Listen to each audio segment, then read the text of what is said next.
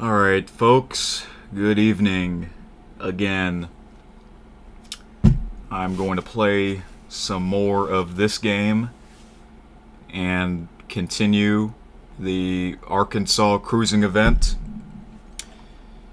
I really hope the stream won't stop on its own again like it did the last two streams. Yeah.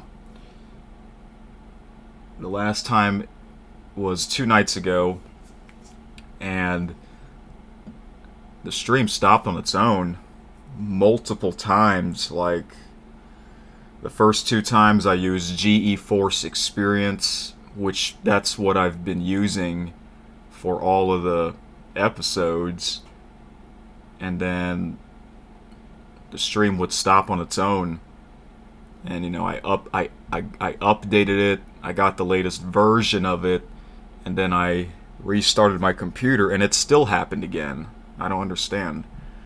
So then I switched to OBS, which that is what I'm using right now. The last episode was on OBS, and it was working for a while, and then not too long after I played the game, it ended on the stream stopped on its own again. But this time it was because of my internet connection. And then yesterday, throughout the day, from time to time, the internet will get disconnected, and then it'll reconnect on its own like 30 seconds later. But today it didn't do that at all. So I'm really hoping that once I start resuming the game, that won't happen again. So all we can do is hope. Hey kitty, you're still not feeling good. I am sorry to hear that. I really hope you feel better soon.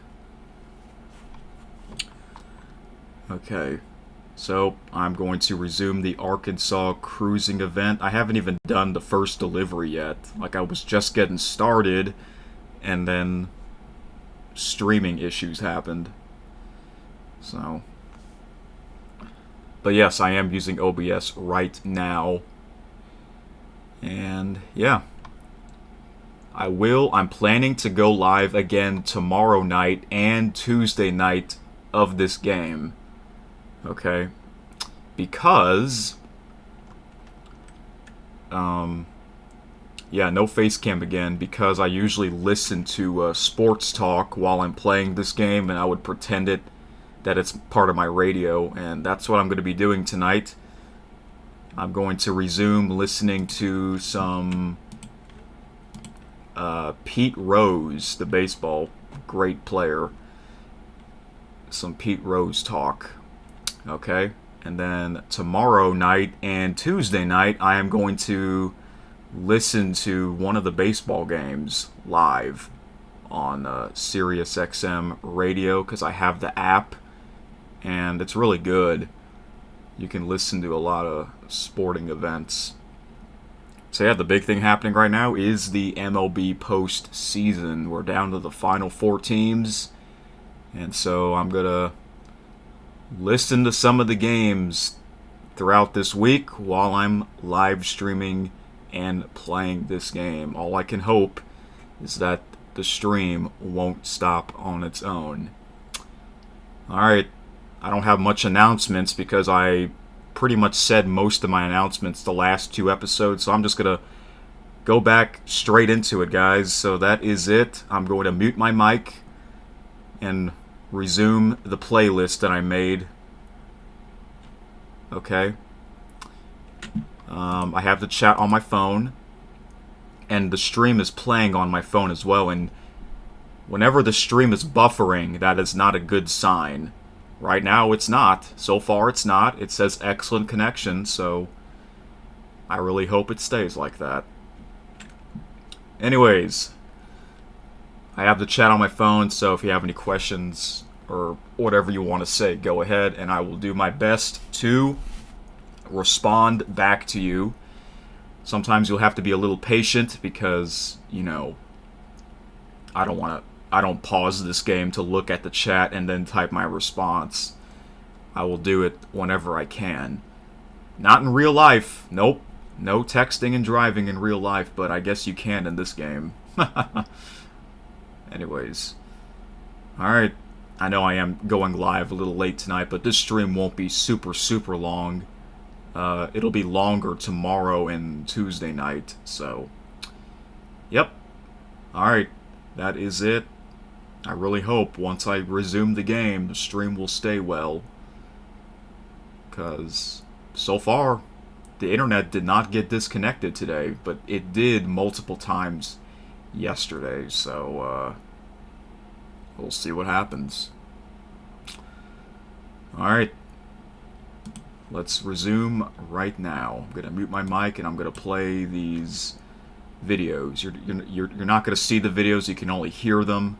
So yeah. And OBS is great, and it's free. For those of you that don't know, it is like the best free recording / streaming software that you can ask for. So maybe I might just permanently switch to OBS for this game. I did the same thing with Roblox last year. So, alright, that's my announcement. And yeah, I'm going to resume the Arkansas cruising event. And I think in a few days or later this week, I think they're going to bring back the Halloween event. So we'll find out if they bring that back. And if they do bring that back, I'm going to do that again this year. I did those the past 2 years. I really like doing those. And you know what's funny? My most common delivery is Halloween treats.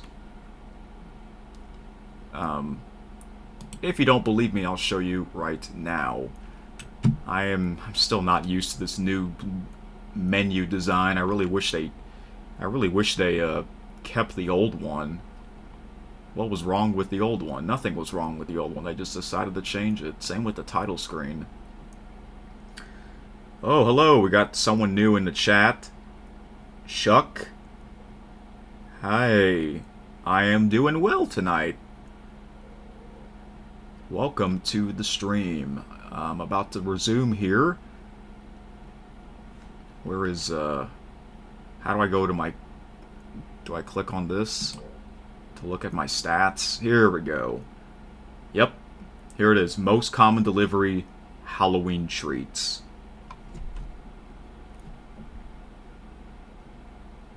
Your name is pronounced Chucky. Chucky? Okay, hello, Chucky.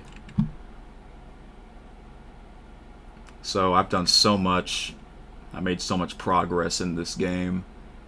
I'm currently at level 40, King of the Road. That's amazing. So, alright. I think that's it, folks. So, we'll see if they bring back the Halloween event. I think they will. And I'm going to do it again if they bring it back.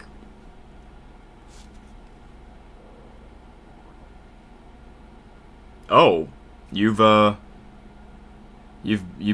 here before? Like, yeah, my camera is off today because I'm going to listen to some baseball talk while I'm playing this game, part of my radio. Yeah, I usually do have it on.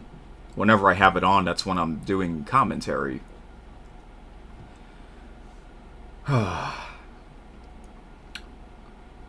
So yeah, the Arkansas cruising event will expire in about a month from now, in mid-December, or mid-November.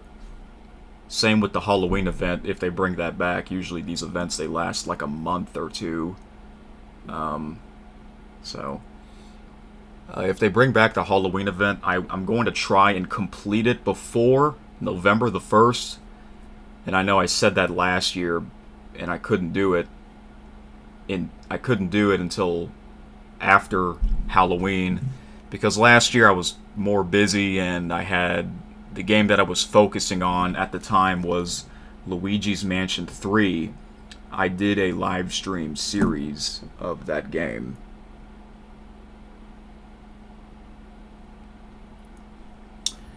Chucky says this game doesn't use my hands as much as other games do. Oh. Like your hands aren't as occupied. Oh, yeah, I see what you mean. If you're wondering, I'm using the keyboard and mouse. I'm just going old school tonight. The default style, I guess. So this year, if they bring back the Halloween event, I think I'll be able to finish it before November the 1st.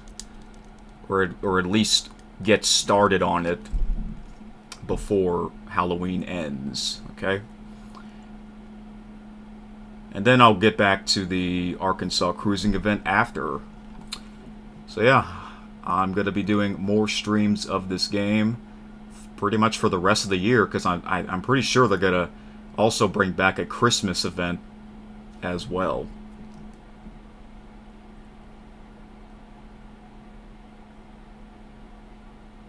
You have this habit of biting your nails when you game? Oh, that's weird. Alright. Okay. I believe that's it. Right now I'm at over 814,000 income. And yeah, it's always great to play this game. So I'm going to be playing this game more often because of the things that are happening right now during this time of the year for this game.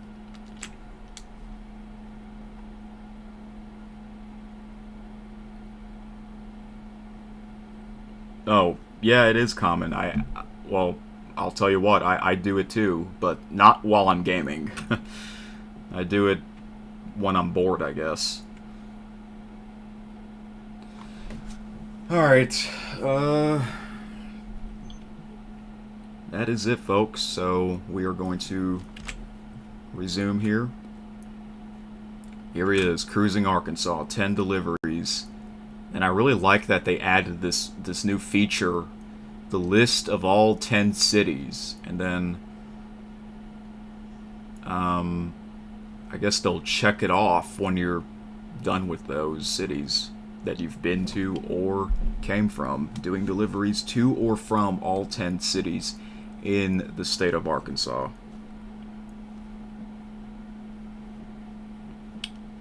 You know what, Chuck Lee? I am the exact same way. Yep. I've been doing that for many years. I guess it's just a habit. Yep. Yep. Everyone has their own habits, so yeah, I guess that's our habit. Alright. So far, so good. The stream's going well, but I haven't even started playing yet, so let's see how long I can go. Alright. Got 5 people watching on a Sunday night. Hope y'all had a great weekend. The month, Halloween season. Yep. Alright, thank you for stopping by. Okay. So I'm using OBS, and this is full screen. This game is in full screen, and what I have to do is I have to hit Control-Alt-Delete on my keyboard to get out of this, and sometimes it won't do it right away. I have to keep doing it multiple times, and then I'll hit Task Manager, and then I'll be able to get back to the OBS window to stop the stream. I hope I get to choose when to stop the stream, not YouTube. Alright, that is my announcement, so let's resume right now with some classic Pete Rose talk. And Pete, thanks for doing this. What was your my pleasure? Thank you. Immediate reaction? What was your immediate reaction when that latest report came out, June 22nd? I didn't know what to think. Matter of fact, I was on my way to the airport to go to Cabo, Mexico for 6 days, and I was kind of glad that I could get out of town for a week. Did you, And going back, 1989, I was a reporter at the time and covered the initial banishment. And I know it took years later when you admitted that you bet on baseball as a manager. Did you bet on baseball as a player? Well, let me. First of all, I appreciate your question. I appreciate your honesty. I have to attack it this way, Chris. I applied for reinstatement in February, and when I applied for reinstatement, I promised the commissioner's office that I would not comment in anything surrounding my case. Then up to speed a month ago, a week ago, a year ago, and I'm going to keep my end of the bargain. And I'm sure that those questions will come about when I meet with the commissioner sometime in August, I hope, and we'll address those. But as of today, speaking to you, and I would love to talk to you. I'd love to give you all the information, but I'm going to keep my word and just keep my comments to no comment, I guess. Do you know? I know as a reporter you don't like that comment, but yeah, but do you think the commissioner, Rob Manfred, who has agreed to look into this? Oh, well, that's another thing. Wait, yeah. I'm ecstatic the fact that he's going to review my status. Right. That's something I couldn't get with Mr. Seelig. Right. And for Rob Manfred to do that is it's heartwarming for me. Do you think he'll determine a difference if you bet on baseball as a player? I don't know. And if you're talking about, fans will make up their own mind. But I'm sure that will be discussed between me and the commissioner. And I can tell you that I'll be as honest as I can be with the commissioner of baseball. Not only I respect the office, I respect him as an individual. I love the game. I love the baseball game, and I care about the game. And I ask this respectfully because initially you didn't comment back when the ban took place in '89, and then 14 years later, around that time, you said, "Okay, I did bet as a manager." Why should the commissioner believe you now? Here's what happened back then. Because if you're familiar with the document that Bart Giamatti and I signed, it says in there there'll be no finding that Pete Rose bet on baseball or no denial on Pete's part. Okay, so I lived up to my end of the bargain there. Then all of a sudden, was it 14 years? I don't remember how many years. About that, yes. And when I first reacted to the situation, I kind of listened to my lawyers tell me what to do. Because here I am in my 40s. I got a 6-year-old son and a 2-year-old daughter. And all of a sudden, I'm out of a job. They got to eat. How are we going to eat? This is back in the 1980s when we weren't making $5-10 million a year. So it was a more of a financial decision. If you love baseball as much as we know, well, I think everybody knows that. Right. Why would you? The cardinal rule of no betting I on don't baseball. know. I was stupid. I made mistakes. But I can tell you, Chris, in the last 25 years, I've cleaned up my act. I've learned from my mistakes. I try to be a good citizen, pay my taxes, go work hard, talk to a lot of kids, parents. I got a lot of fans out there, and I got a lot of support from guys like Morgan and Bench and Schmidt and Mr. Castellini, which is all part of the deal. And I'm real excited about going to the All-Star game. Right. Being in Cincinnati for an All-Star game. So there's a lot of good things. At the age of 74... I don't look good, though, do I? You look all right. You're probably still hit. At the age of 74, though, at a time to get back into baseball, you would have thought, hey, maybe to work as a manager. What would be the primary reason? What's most important about your reinstatement now, should you get that? I think my grandkids would like that. I got 3 grandsons and 3 granddaughters. And what do you tell them about your situation? They love me, and they just, I'm always trying to... they're athletes, and I'm always trying to help them. And it would be nice. You know what I was thinking about this the other night, Chris? It would be great if I was able to go into the Cincinnati clubhouse and go into the cage underneath the stadium and watch the players hit. I'm not able to do that. I can sit at the restaurant at the ballpark and you can see the cage and you can watch them hit. But that would be nice to do that. But I messed up. I really messed over a long time ago. I'm not the same person today that I was 30 years ago. Changed? Well, yeah, I keep my nose clean. I don't ever read about me being in any kind of trouble.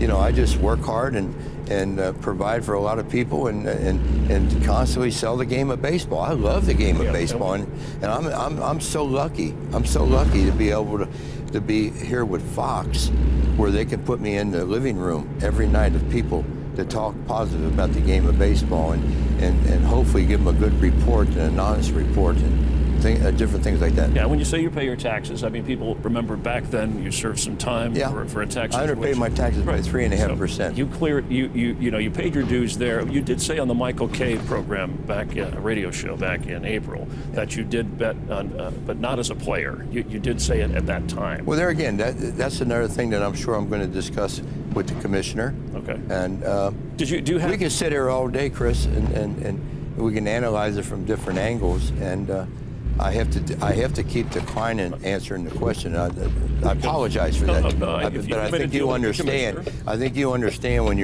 you're about to meet with the guy who runs baseball. In reality, he's my boss. Right. You know, I'm not even in baseball, but Mr. Manfred is my boss right now because he's the guy in charge of baseball, and I'm the guy trying to get back into baseball. So, and I would want to get back into baseball strictly as someone who can help players become better players. Right. What will you tell the commissioner when you sit across from him face to face?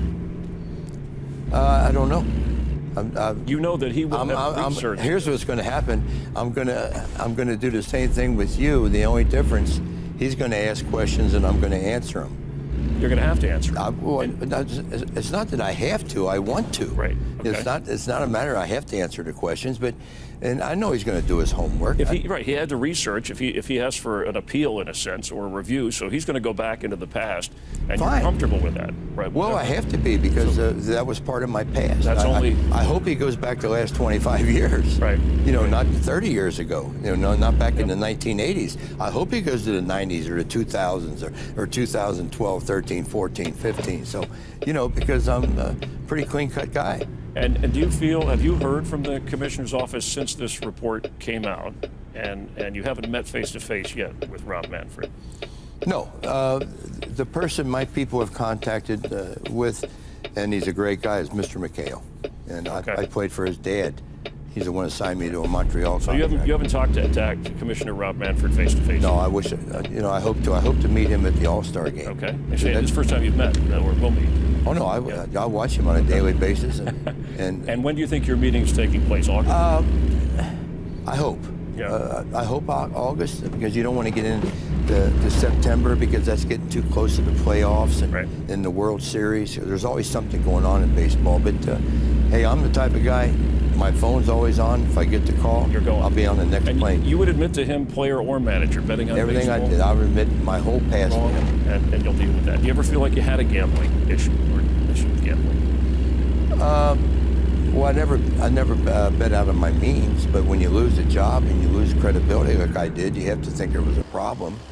So, but that's water under the bridge. All right. I appreciate your time. Thanks for answering the questions. Tough. All right. Well, these are the questions people have been asking for years. I'm just kidding. Yeah, you're a good man. I look forward to talking baseball with you later. And we'll have some fun. You know who the greatest shortstop ever in the history of baseball is? Who do you think? Greatest shortstop ever? Ever. If you're going to start a team, who you want to play shortstop? Maybe Jeter. Yeah, maybe. I'm a Cal guy, you know that. Who? Cal Ripken. Cal Ripken. There's only one guy you start your team with. Who? His name's Alex Rodriguez. He was the third baseman only with the Yankees. Right. Yeah. This guy's got 2,000 more RBIs, 2,000 more runs scored, and 697 home runs and Golden Gloves. Jeter's the winningest shortstop ever. Right. Okay? Talk about Jeter for a moment. We got some time, right? Yeah. Okay. Let's do it. Now, I don't think there's anybody in the country who knows more about baseball than me, and I'm not tooting my own horn. I'm just telling you the truth. You're sort of tooting your own horn, but I respect it. Well, name me somebody who knows more about baseball. Exactly. Well, you're Pete Rose. I think you're allowed to do that. It has nothing to do with my name. But there again, I don't think I could leave this studio today and go run the Reds tomorrow. And I think Jeter's finding that harder than he thought it was going to be. He's a great shortstop. He'd probably make a great manager. But running a baseball team is difficult, Michael. You know that. Okay? And the first thing he did when he went there is he got rid of all the salaries. You got a billionaire owner, right? So why are you worried about the salaries? I understand. Why did anybody ever give Stanton that much money? Okay, I don't know. D. Gordon's gone. How about the kid from Milwaukee? Yelich. Jeter had Unbelievable. MVP. And Might be Ozuna. MVP this year again. Yeah. I mean, so it takes a different mentality to run a baseball team, I think. And Jeter knows baseball as much as anybody except me. Okay, but that don't help you as making those decisions and knowing the tampering rules and all that different stuff. It's not like playing the game. Do you guys have a feeling that? Do you disagree with it or agree with it? Well, I think I think he's hurting his legacy in Miami. The people down there don't like him. He made some unpopular moves, and he got rid of great players. I just don't understand when you got a player as great as him. He's got to have $250 in the bank, right? You would think. Okay, and he just built a 22,000 square foot home in Tampa with 10-car garage. Why do you take a job in Miami? I just think he likes I it think down he there. I wants to think own the a team. challenge. He lives in Tampa. It's the challenge, I think. Well, Eric Jeter don't need no challenge of managing a team or being a general manager of a team. If he wanted a challenge, he should have become manager of the Yankees. Yeah, but he's part owner there. I think that was Well, that's big to him. because you got to be in there for any game Right. percentage. Right. Yeah, but I just said he's worth $250. You need more money? It's like A-Rod. Every time I turn the TV on, A-Rod's But somewhere. I think he enjoys the challenge. I'm not sure how much he enjoys the game. Like you say, you watch every game. Yeah, Yeah, I he don't- he was I anxious don't to leave enjoy the it. game. I don't enjoy it at all because No, but you enjoyed your pad. Like when they had to drag you off the field. Yeah, Like I think Derek looked forward to not playing baseball anymore. I don't think so. No. I don't think that's true at all. No, He I loved think the game too much. he didn't like to watch the game when he wasn't playing it. Right. But he was ready. When he was done, he was done. Oh, They A-Rod, asked him if he A-Rod ever told picked me up a when he bat. used to go out with Jeter, they couldn't go anywhere where the game was on TV because Jeter didn't want to watch it. Right. I mean, that's just the And opposite of me. A-Rod once stayed over Jeter's place, and he said, "Do you have the baseball package?" And Jeter said, "What's the baseball package?" Yeah. Because A-Rod's a baseball addict. Oh, is that when he went to J-Lo's house? I'm sure J-Lo has the MLB package. Come on, Michael, you're going to get in trouble. I know A-Rod watches the show, so he's going to love this.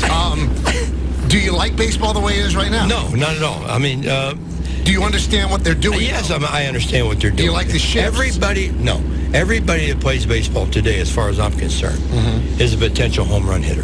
Right. There ain't nobody playing baseball today on a roster that don't have at least one home run. It didn't used to be like that. You got guys now hitting 15, 18 home runs, and they're not even home run hitters. These ballparks today are jokes. I'm telling you. Yeah. I can name you 10, 12, 14 ballparks.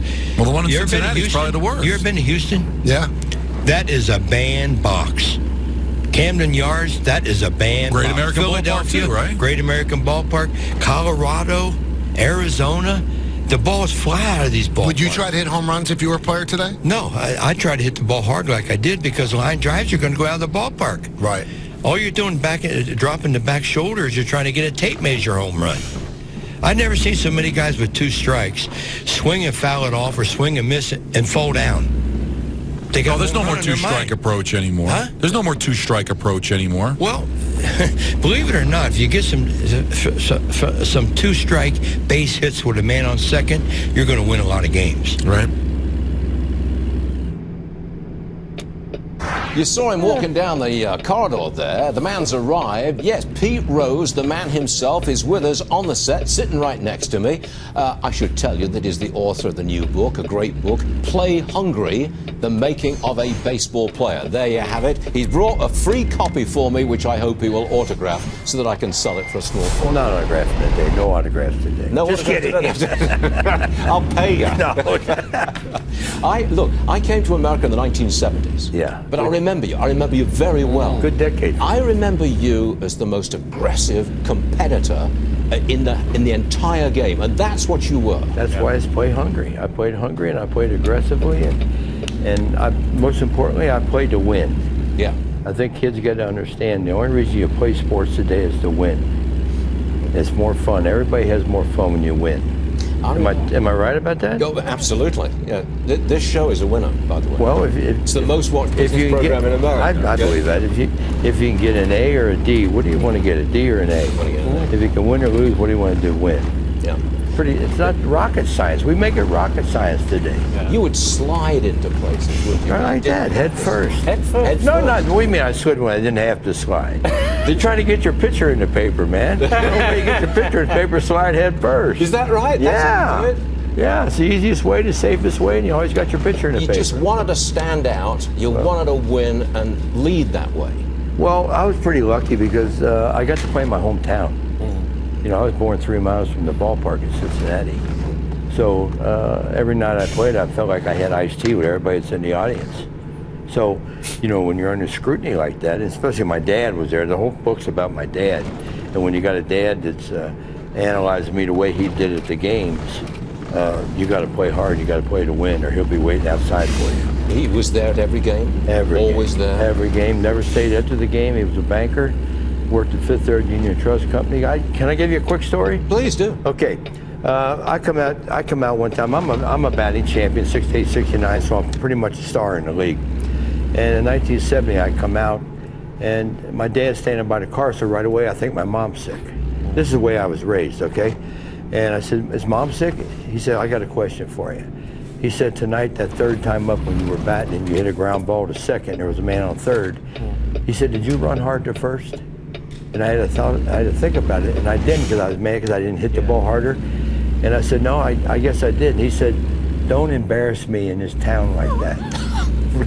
I taught you when you hit the ball, you run until the umpire says out or safe. He said, I'll see you tomorrow. I said, okay. I've never not run a ball out since then. I even run down the corridor here to get to here. Don't stop running. Because he would kick my butt. Let's fast forward to the present, if we may. Yeah. You're an angry guy. You're not in the Hall of Fame. I'm not angry. I'm not going to raise all that issue ever again. Are you angry? No, I'm not angry. Why would I be angry? I'm the one that screwed up. I'm not going to get on your show and complain about not being in Cooperstown, but I'm the one that messed up, and I'm willing to go on with it. Is there a full confession of what you did and why? Well, that was the last book I did in 203. Yeah. You know, whether I bet on baseball or not is old news, and I know you don't like to report old news. No, I don't. So let's get to something present. Okay. Give me something present. What do you think of Trump? Go on. Don't slide headfirst into me. I'm a Donald Trump guy. I know my publisher ain't, but I am. I mean, you know, he's doing good for the country. I mean, he's outspoken. Is he your kind of guy? Yeah, he's my kind of. I used to know him when I played for the Phillies in Atlantic City. He was there every night. And what was he like then? He's a great guy. I had a meeting with him one time at Trump Tower trying to get him in the racehorse business with me and Dwayne Lucas and another guy named Wayne Lister. Then he got caught on the ski slopes with Marla Maples or something, and that put an end to all that stuff. That was long ago, though. That was long before he was thinking about president. Yeah. But he was always a down-to-earth guy. I mean, just, you know, I wish he'd stay off that the tweets. I mean, it's getting him in trouble. No. Well, you know, that people. He's like me. Donald, I guess I'm older than Donald, so I guess he's like me in this respect. That all through my career, I always answered every question that was asked me. And sometimes you're better off not answering every question. True. And the worst thing in the world, the last thing in the world you want to do is call Donald Trump a name. Okay, Pocahontas, he'll come up with a name for you, okay? Don't do it. Okay. So, I can't wait for the debates. I can't wait. I can't wait for that. He's a harder guy than you. Oh, well. I think. Yeah, he's all right, though, man. That's a tough. Why would anybody want that job? Why would anybody want that job? Well, he wanted it. Yeah, I know. I think he wants it 4 more years too. Yeah, I think he does. I think he gets them. What do you say? Well, let's see who's going to run against him. You know, is it going to be Bernie? Is it going to be Joe? Is it going to be Harris, the senator from California? Is it going to be Mayor Pete? Mayor Pete, he's the mayor of a town that's got 100,000 people in it, okay? You guys got 100,000 homeless in this town. That's true. That's true. I know it's true. Anything else on politics, Pete? Okay. Now, wait a minute. I have to ask you the serious question. Is there any chance... Oh, the other questions weren't serious? No, they weren't serious. They were just conversation. I mean, because you're a great guy. And Is this your audience here? Yes. All they do is sit there and Yes. It's a great gig. Oh, man. Hey. What was your question? The company. will you eventually get into the Hall of Fame? No. Is it absolutely for sure? No, it's not absolutely sure, but I don't think I will while I'm alive. Well, But I'm okay with that. Let me tell you why. Because I'm from Cincinnati, like I said. I made their Hall of Fame. I got my number retired. Okay, I got the Hall of Fame, and I got a statue. And that's more important to me because it's my hometown. I was raised 3 miles from where I played in Cincinnati, Ohio. And by the way, they play baseball today on a street called Pete Rose Way. But yet I'm not allowed to go in the clubhouse or in the batting cage. What do you I'm think? John Dillinger. I can't go anywhere. Well, I'm surprised I'm allowed to sit on this set. Are you over it? Yeah, I'm over it. Yeah. Totally over Yeah. it. I had to go No through resentment security any longer. 15 times to get in here to see you. You're not that damn important. No, just kidding. Excuse me.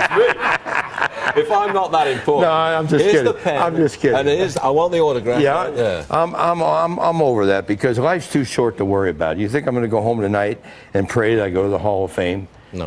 I'm going to pray I get up tomorrow morning. That's what I'm going to pray. Yeah, it seems like You're that not there yet, but you'll get there someday. How old do you think I am? Going to be brutal. How old do I think you are? Yeah. 61. Oh. Give me that book. How old are you? I'm 71 in 5 weeks. I got you by 7 years, man. Oh, right. What the hell happened? I'm a mere What child. happened? Sir, that was one of the most enjoyable interviews I've ever done. Especially when you think I'm 61. Pete Rose, we thank you very much, You sir. guys carry on. Thank Go you. Fox. How's your life right now? You happy? Yeah, I'm happy. I live in Vegas, which is the best place to live. Not because of gambling. I'm not a casino gambler, regardless of what people think. You know, I bet on sports. I mean, I'm 78 years old, so if I wanted to bet on the basketball game tonight, which I'm not going to because I'm here, and I want to go home and watch it, what's the big deal? Who am I hurting? Nobody. Nope. But you're like, You bet on sports? not. You better not say yeah, because if you I do, do. you're doing it illegally. No, I do. I'm not gonna lie. I'll be honest with you. I can't lie. My wife. How many knows- people listening to me talk right now bet on the Super Bowl? Oh, Thank you. Thank you. 100%. Do you think you ever get your day at the Hall of Fame? No. You think you ever get your day where you get a chance to sit in a broadcast booth again? No. And be in a Which spring, or be at a spring training? You know what, Chris? Listen to this. Which bothers you most of all? Here's Not what bothers me. Here's what spring bothers training? me. Here's what bothers me. I'm from Cincinnati, Ohio. I played 19 years for the Cincinnati Reds. I got every record that the Reds have. They play on Pete Rose Way today, okay? They play on Pete Rose Way today. I have never been in the clubhouse or the batting cage at the new ballpark. I'm not allowed. Figure that one out. You're going to tell me that I can't help some young Cincinnati Red player by working with him in the batting cage? So that bothers you more than anything Yeah, else? it does. It does. It really does. Did the meeting But with... here's why it does. Because in the last 4 years, they had Pete Rose bobblehead night sold out. They had Pete Rose Hall of Fame sold out. They had Pete Rose number retirement sold out. They had Pete Rose's jersey retirement sold out. So when they needed me to sell the stadium they out needed you at 4 the All-Star times, game. When they needed you then. sold out. I'm allowed on the field. Other than that, I'm not. I even had to pay to watch my son play with the Cincinnati Reds. I wasn't allowed to go on the pass list. What am I, John Dillinger here? They put you on the I'm the pass- best. I'm the best ambassador baseball has today. Okay, because I'm the only guy, to my knowledge. Maybe I'm wrong. I'm the only former baseball player that's in the public 4.5 hours a day, 20 days a month, talking positive about the game of baseball. And as you know, you can be negative about the game of baseball today Oh, you sure for the can. last 5, 6, 7, 8 years. If you want to be negative about it, you can, and it's home justified. runs, strikeouts, everything. And attendance is down. Yeah, 4 years Listen ago. to this one. You won't believe this quote. You might have this quote. You get everything here with these duds back here working for you, okay? Last week, we got a new team in Vegas, a AAA team in Las Vegas. They built them a new stadium, holds 10,000 people. They're averaging 9,800 people a game, okay? As of last week, the Miami Marlins are averaging 9,300. Yeah, it's a joke. The Florida baseball is a mess. So you are upset. It still bothers you. Yeah, The sure it was. ballpark, Because I the can help ballpark, baseball. Being involved, spring training, that bothers you more than Hall of Fame? Yeah, because I'm not going to get on your show, Chris, and complain about the Hall of Fame because I screwed up. I made the mistake. Okay, it's in the book. I made the mistake. So why am I going to get on your show and whine to people? I'm willing to go on with my life, but there's some people who want to live in the past. Life's too damn short to worry about things. And they need you, they call you. They need me, they call me. Yeah. But now they're out of need with me, Bench, Morgan, and Perez. We all had our numbers retired. We all got in the Reds Hall of Fame. We all got statues, and we all had our jerseys retired. So the only thing we got left is an anniversary. But Perez, Morgan, and Bench can go to the ballpark, and Sure, you can't. sure. They can go to Goodyear, Florida. They put go in the uniform- clubhouse. They can go to Goodyear, They do. Florida, and put the uniform on. Absolutely.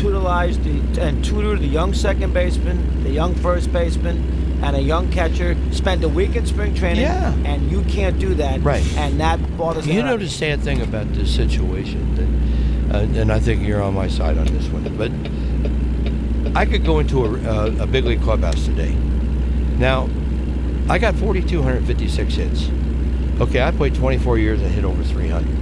I could start talking about hitting, and guys playing today wouldn't know what the hell I'm talking about. They would say, "What? You're doing what? You're not dropping your elbow and getting that elevation where you can hit the ball in the air?" They don't know how to hit today. Yeah, it's too much. You only struck out how many times? You only struck out that many times? Listen, you can get a base hit with a man on second and win games just like you can hit a home run and win a game. And you're going to win more games getting base hits with men on second and third. Did the meeting with Manfred go well a year or so ago? Yeah, he's a good guy. I mean, he does what he had to do. I think I kind of screwed up when he asked me, "Do you still gamble?" And I said, "I do no more illegal gambling, but I do illegal gambling. I bet on sports. I'll bet on football games. I'm not bothering anybody. I'm not hurting anybody. I'm not looking to bet on baseball games and getting information or here or there. I'm not like that." But he heard me out, and he just decided it wasn't time to do anything for me right now. So I'm at the point where I know I'm not going to make the Hall of Fame while I'm alive. But I got a son named Pete Rose, and he's got a son named Pete Rose. So I'll write a letter where one of those guys can read it 30, 40 years from now. Oh, really? You know what I mean? So there's always... You're going to write a letter so they have Yeah, I'm going to write a letter apologizing to everybody I need to apologize to. You have to understand, Chris, I come up 63. I played against Stan Musial, who was a great player. Okay, so he went in the Hall of Fame 5 years after 63, which would be, 68 or 69? Yep. So I've been a part of everybody that's went in the Hall of Fame since 69, either playing with or against. So I know a little bit about what's going on with guys in the Hall of Fame. And if they think there's a bunch of altar boys up they're there, nuts. that's not the truth. And it's just like the Hall of Fame. You mentioned it an hour ago. They have 15 of my artifacts in the Hall of Fame. Oh, that drives me crazy. They can have your artifacts in there, your hits, your cleats, everything, and they can't have you have a day. And I tell you, that's so hypocritical. I'll tell you, it was 15 years ago because she just passed away recently. Claire Stevens Ruth, Babe Ruth's daughter. Right. She was up in Cooperstown. I was signing autographs 3 blocks down from the Hall of Fame. She was 77. She walked 3 blocks down the Hall of Fame to say hi to me. Did she really? And tell me that her dad would have been proud of the way I played. And let me tell you something. When I was talking to her, I've been in front of federal judges before, okay? I was more nervous talking to Babe Ruth's daughter than anybody else I've ever met in my life. And like I said, I met 7 presidents. Babe Ruth, I'm sitting there saying, this is Babe Ruth's daughter. She can't be. How can you be Babe Ruth's daughter? And she came to visit you. It was amazing to me. Yeah. It was amazing to me. Well, hopefully... It was one of my best days. Well, hopefully one of these days you'll have a couple moments and you deserve it.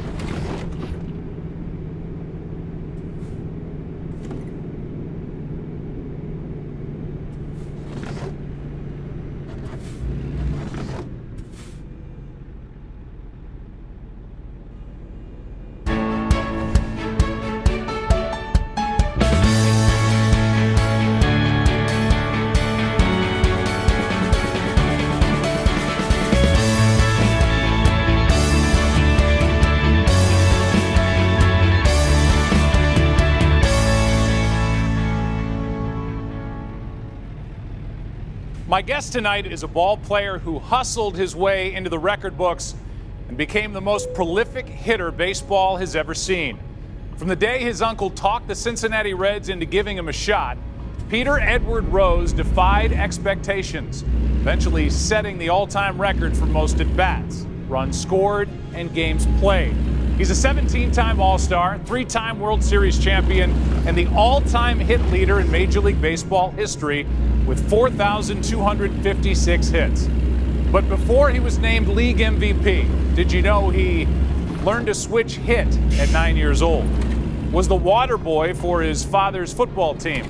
Was given the nickname Charlie Hustle by 2 Yankee greats. Tonight we'll learn what makes this undeniable icon who he is. A man who once said, "I'm just like everybody else. I have 2 arms, 2 legs, and 4,000 hits." Please welcome the Hit King, Pete Rose.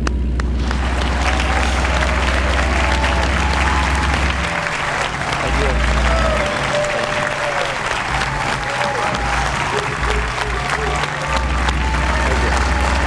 Thank you. Have a seat. Have a seat. Get comfy. My story with you is kind of funny. When I was 7, my mom and dad took me to Cincinnati. My dad was a longtime broadcaster for the St. Louis Cardinals. And my mom was walking me into Riverfront Stadium, and I begged my mom to buy this Cardinals plastic batting helmet. 2 innings later, you, Pete Rose, batting left-handed, slapped the ball, coming right at my forehead. I duck my head down. It hits that plastic batting helmet and lands in the guy's lap behind me. 2 things happened. 1, I didn't get the ball. 2, my dad was broadcasting the game and saw you hit me with a foul ball in the seats above the third base dugout. And then my dad got a poster signed by Pete Rose that said, "To Joe, sorry I hit you, Pete Rose." How about that? You're born in 1941 in Anderson Ferry. Tell me about what it was like growing up in this little township outside Cincinnati. Well, all we had to do was play sports, and I was very fortunate because my father was an athlete. Like Joe said, I was the water boy on his football team. I was the ball boy on his baseball team. I was the ball boy on his basketball team. I mean, you were 2. He was rolling the ball to you. Before, when you could stand, you had a bat in your hands. You learned how to switch bat when you were 9 years old. Right. I mean, you were being molded, even if you were small and scrawny, to be a big league ball player, right? The big league something. Sports was my life. I mean, sports was my. And I remember I grew up in the same neighborhood with Don Zimmer, who died a couple years ago. Went to the same high school. We were taught the same way how to play the game of baseball. And his dad and my dad were Little League teammates. And his dad was a big gambler. And every Saturday, they used to take Don and I, our dads would take Don and I to the racetrack. That's where all that shit started. It was planted early. Yeah. Tell me, your dad, Harry, but they called him Pete. I don't know why, but all I know is my dad was really, really, really aggressive. Yeah. And he was punctual. He worked at a bank downtown, Fifth Third Union Trust Company for 37 years. Never missed a day of work, very punctual. Took the bus to work, took the bus home from work. And I can tell you the kind of dad I got, just the way I was raised. I had 2 older sisters. One of them passed away, so I still have 1 older sister. And I guess my mom had the money in the family. She gave my dad the money to buy my sister Carol a pair of shoes. And I'm like 5 years old. And he gets off the bus at 5:15. He comes up, he walks in, he's supposed to have my sister Carol a pair of shoes. He throws me a pair of boxing gloves. My mom said, "What the hell is this for?" He said, "She don't need shoes. It's summertime. This boy's got to learn how to defend himself." That's the kind of dad I had. He wouldn't worry about me defending myself by buying me boxing gloves. She got the shoes the next day, but the day before I got the boxing gloves. When you got a father like that, you're going to be an aggressive guy. And that's just the way we were back in the 40s and the 50s. We didn't have cell phones. We didn't have iPads. We didn't have computers. We had sports fields. We had places to go to play sports, and that's what we did. What specifically did he teach you? Punctuality, being on time. Here's another thing. When I grew up, I was never on a vacation in my life because my father didn't believe it was fair to take me away from the baseball team for a week or 2 weeks during the summer. And he told the coach, he says, "I want my boy to be a switch batter." And he'll never miss a practice. He'll never miss a game. But if there's a right-hander pitching, I want him to bat left-handed. And if there's a left-hander pitching, I want him to bat right-handed. And that's my part of the deal. He'll never miss a game. And I never missed a game, and I was never on a vacation. And my dad didn't want me to watch TV, didn't want me to go to movie theaters because he thought it was bad for my eyes. You know, you got to have good eyes to be a hitter. You know, Stevie Wonder would be a bad hitter. And he didn't want me to hurt my eyes. Your dad was a terrific local athletic star and somebody who played the game like we eventually saw you, Pete Rose, play the game. Well, he was about the best football player to come out of Cincinnati. And he just approached the game the right way. And the only thing bad about him, he didn't have really good eyes. You know, he wore glasses because he worked in the tabulation department. That's why he didn't excel in baseball like he did football and basketball, because his eyes weren't 20/20 like mine was. I had great eyes. I still do. I'm looking right at you, buddy.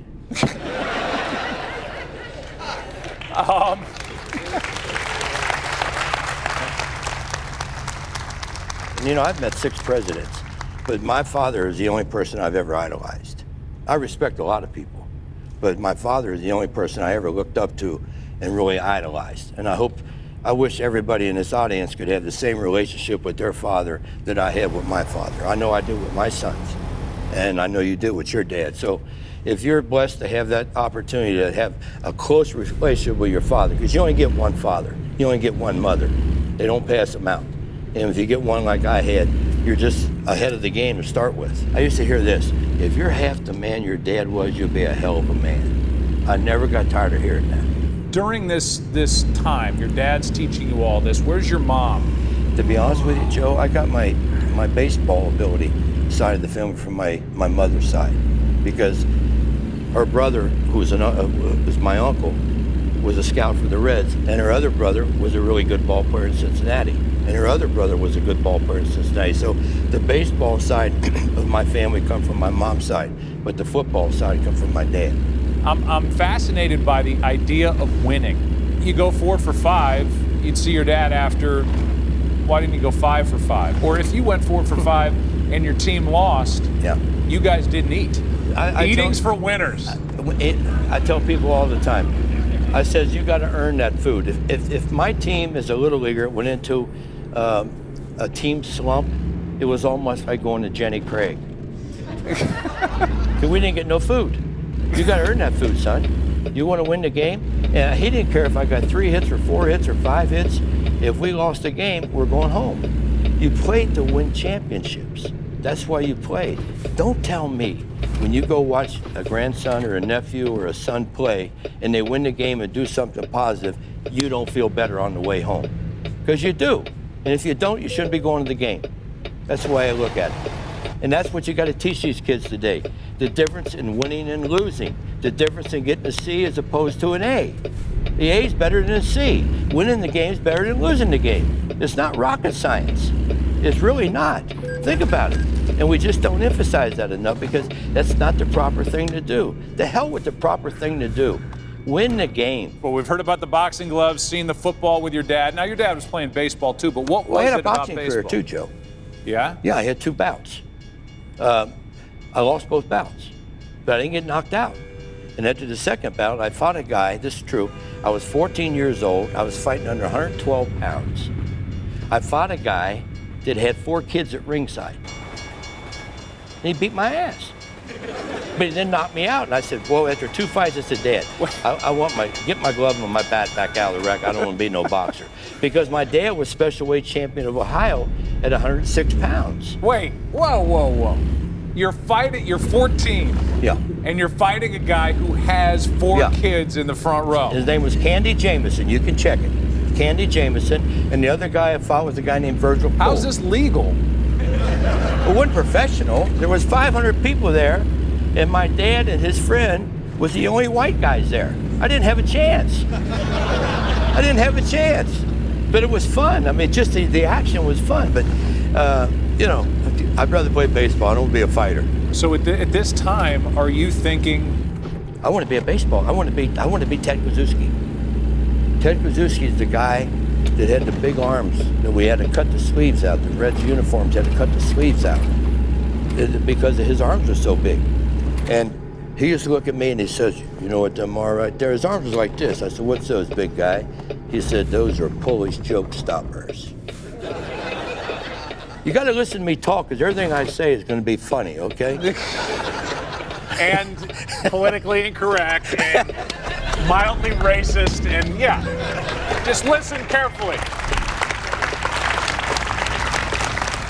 1960, you're not getting any traction. There's no draft at that time. No draft. Well, when I graduated from high school, Joe, I weighed 158 pounds. That's why my uncle... See, everybody in my family matured physically late, the males. And my uncle convinced the Reds that I'd do the same. When I graduated from high school, I weighed 158 pounds. And I was 19 years old. So your Uncle Buddy, who is your mom's brother, says to the Reds, he's a scout for the Reds, "Hey, give this kid a shot." Yeah. He's a rose. They mature and grow later in life. I've seen it myself with this family.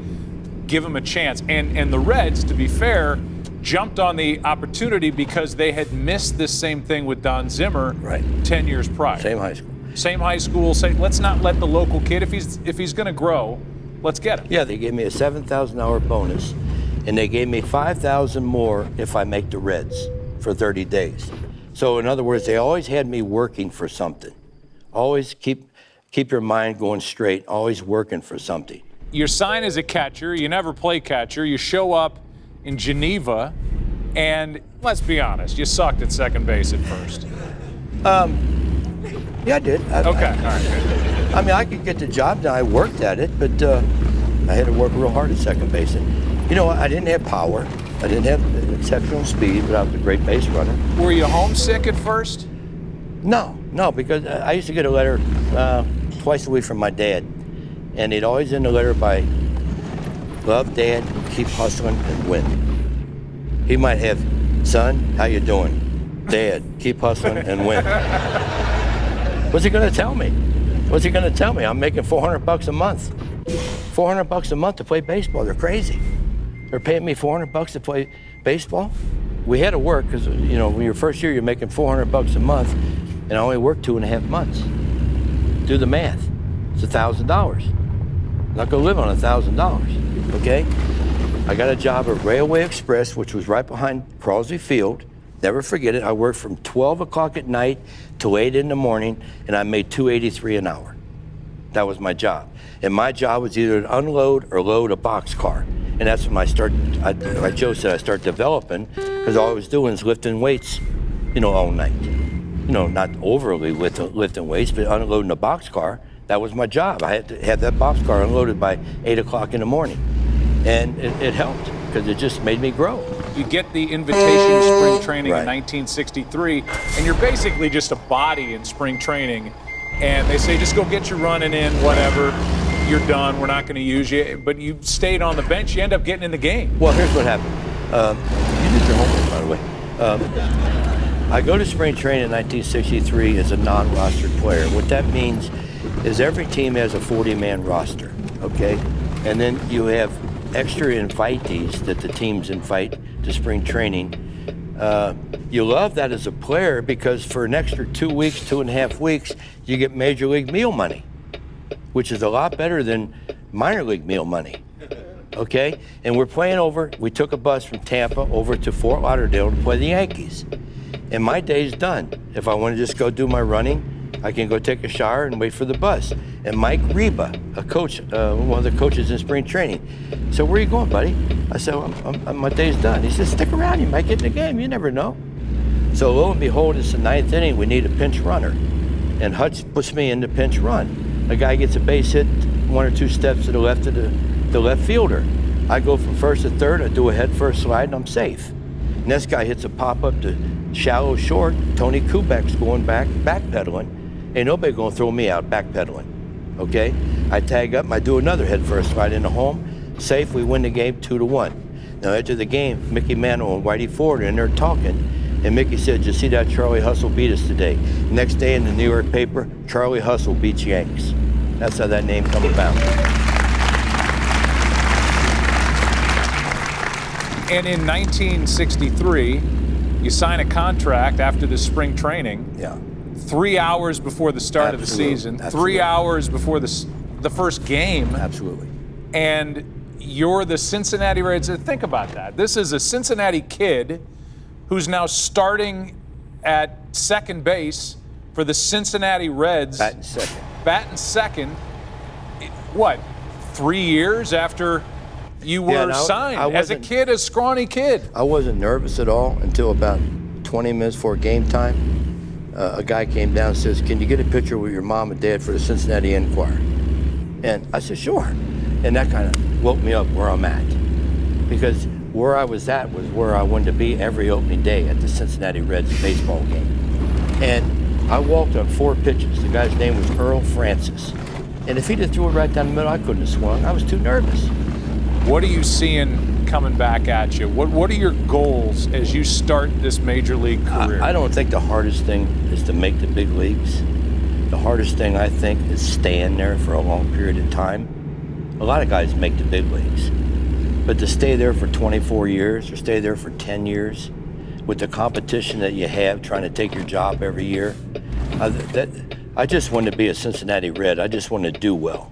You are this young, brash, who the hell is this guy on a veteran good ball club, and you're not well liked. You ended up really bonding with the African American players in the early 60s, and that's where you were hanging out in the clubhouse. And after games. I was called in the general manager's office in 63, and I was accused of hanging with the African American players too much. I was, because they treated me like I was one of the guys. I remember one time in Oakland, we went to a place called the Showcase Lounge, and I went with Frank Robinson and Vada Pinson, who were both from Oakland. We walk in this place, 500 people, all African Americans, and me. And they treated me like I was royalty because I was with Frank and Vada. And they went out on a limb to treat me like, I guess they could see something that the other guys couldn't see, Joe. They knew I was dedicated to the game, and they knew I had some ability to hit the baseball, and they gave me a second chance, and they knew I was going to make them better in the long run. And they were both great teammates, and I owe them a lot because even though the guys, I don't want to say resented me, I didn't realize it. I'm on cloud 9, man. I'm playing for my hometown. I was born 3 miles from Crosby Field. I don't give a damn what these guys think about me playing. I'm going to run the first harder on a base on balls. They resented that. I heard all that bullshit in the minor leagues too. Okay? The faster I get down there, buddy, the faster I'm going to get around and score a run and beat your ass. That's why I looked at it. That's the way you got to look at it. So you win Rookie of the Year. Yes. 1963. Yes, I did. Rookie of the Year. I'm in Fort Knox, Kentucky, because I joined the Army after my rookie year, and I'm waxing the floor at the mess hall, and I get a call that I was named Rookie of the Year. You get married that off season. Yeah. And you were 2 hours late to your own wedding reception because you were getting the Rookie of the Year award. No. That was important for me. I mean,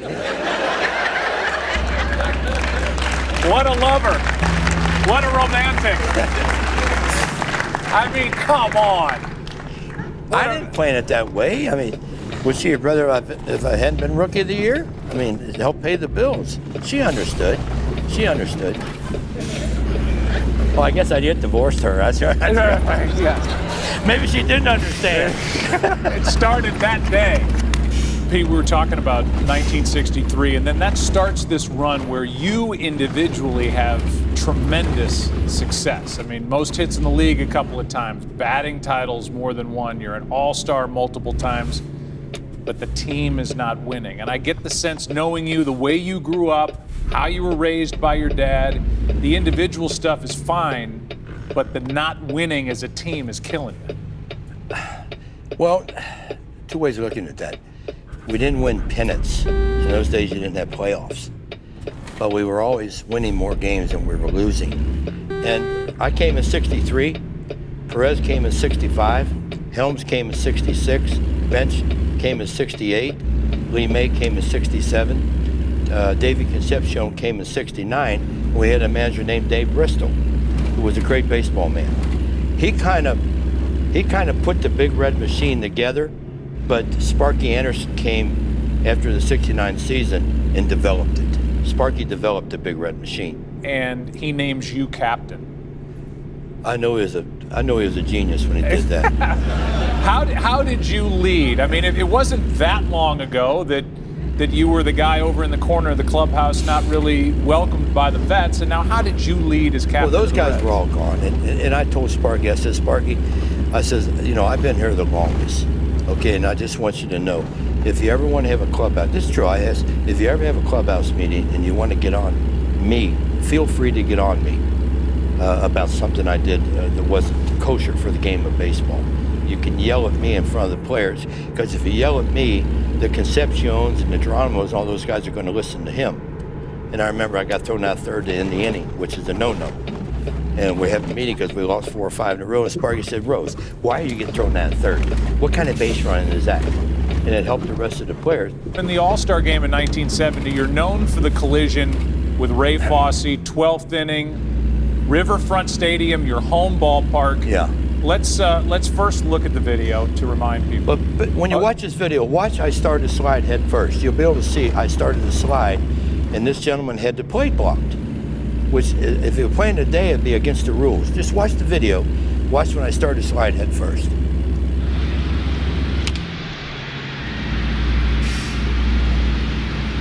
Right here, I started to slide. I said, well, if I slide, I'm going to break both my collarbones.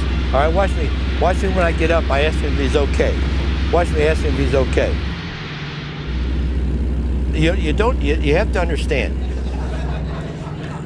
I did, because this is the truth. I took him out to eat the night before the game. And he was blocking the plate. And I didn't ruin his career because he played 9 more years. He didn't miss any games after that. I missed the next 3, okay? That cost me 2 or 3 more hits. I'd had 4,259 hits. And there's another thing. If I had knocked him on his ass right there, you wouldn't know who the hell he was.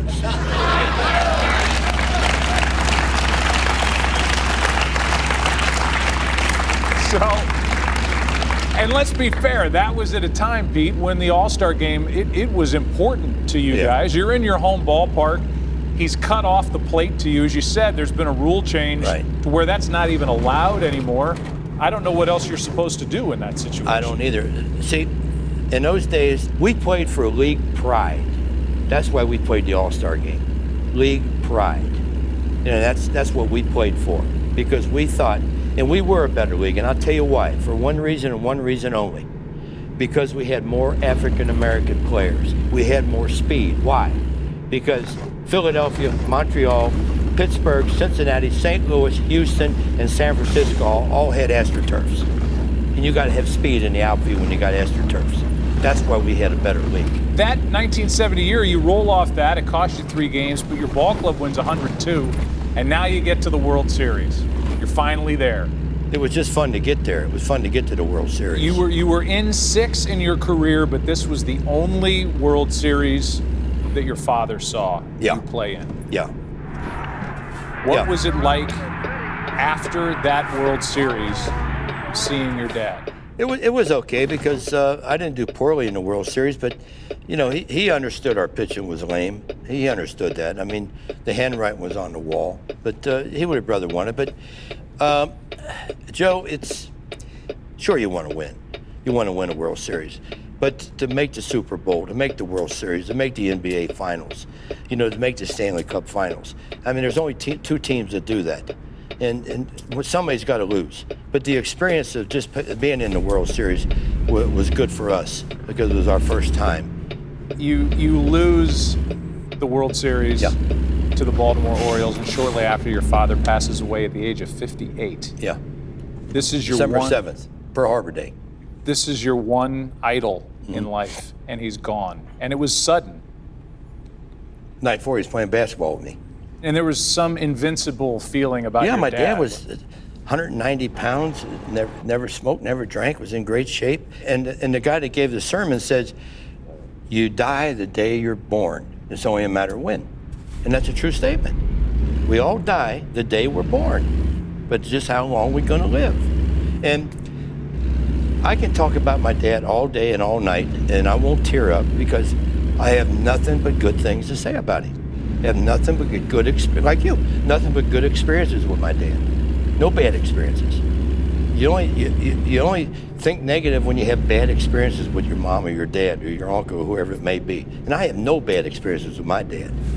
Your sister Carol said, though, after he passed away, that's when the family fell apart. Do you agree with her on that? Yeah, I do, because a couple years later, my mom got married to one of their best friends when they were kids growing up, the guy named Bob Nath.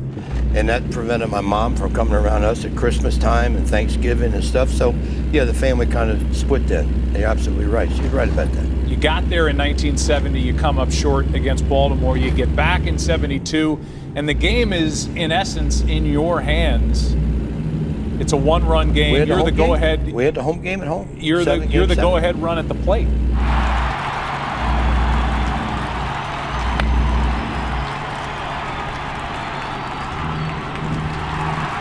Track power. That's a lonely feeling when you make the last out of a World Series in your hometown. Believe me. Yeah, I was going to ask, what was life like for you after making the last out? Well, Joe, it wasn't that bad. I'll tell you why. Because we never experienced winning, so I didn't know that feeling. Okay. Okay, you're 0 for 2 in the World Series. Let's go from 72 to the disappointment of winning over 100 games in 73 and losing to the Mets, who were like 2 games over 500. Right. And that was real disappointing because we had the best team in the world in 1973, and we got beat 5 games by the Mets. That was more disappointing to me almost than the 72 World Series. Now you go to 75 and you're in this incredible World Series that people remember as much for Game 6 as they remember for Game 7. Game 6, you guys have an opportunity to end it. You're at Fenway Park. There's been a bunch of rain, and a guy named Carlton Fisk steps up to the plate. There it goes, a long drive. If it stays fair, home run. We will have a 7th game in this 1975 World Series. See, that was their championship right there. Watch that home plate celebration. Hit one over the wall into the net. See, they forgot they had another game to play.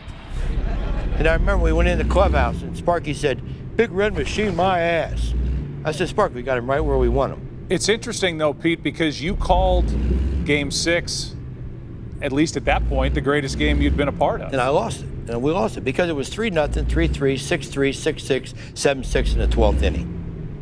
And it meant something. The game meant something. But you were so confident for Game 7.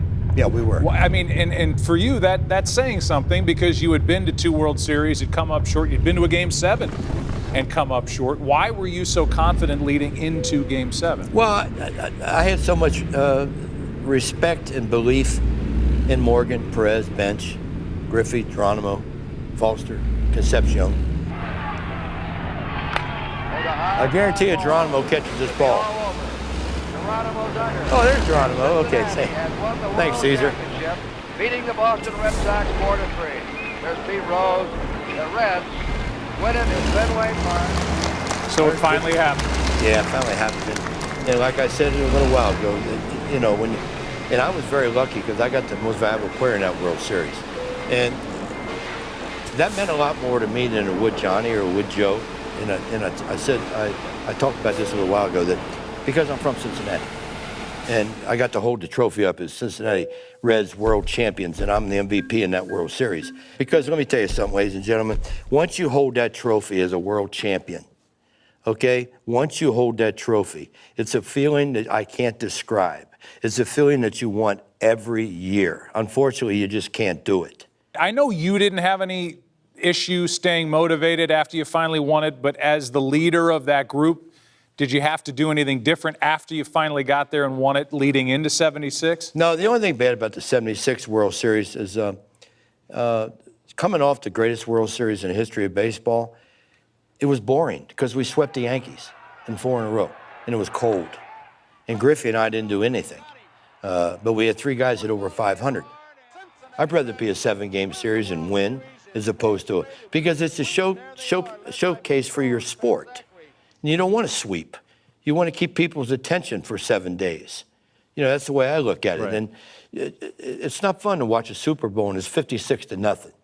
You turn it off at halftime, unless you got the over and it's 58.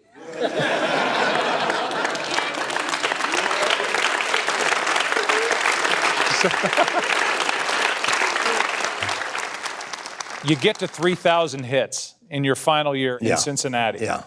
The Reds proved to me that they no longer wanted my services. Not the fans, not the people who work at the ballpark, not the people parking the cars, but the owners. And unfortunately, I had an avenue to go to, and that was free agency. It is literally one of the great courtships and recruiting efforts ever, certainly in baseball. Ted Turner offered me $1 million a year, and then he read about me being with the rest of these guys. He come back and says, I'll give you $1 million a year, then I'll give you $100,000 every year after you retire until you die. Well, knowing Ted like I did, after I retired a year, he'd have had me put away, so I ain't worried about that. Okay. And then Mr. Bush offered me the Budweiser distributorship, and then Mr. Galbraith from Pittsburgh offered me racehorses. He owned racehorses. Believe me, ladies and gentlemen, if he'd offered me a Derby winner with balls that big, I'd have been a Pittsburgh Pirate.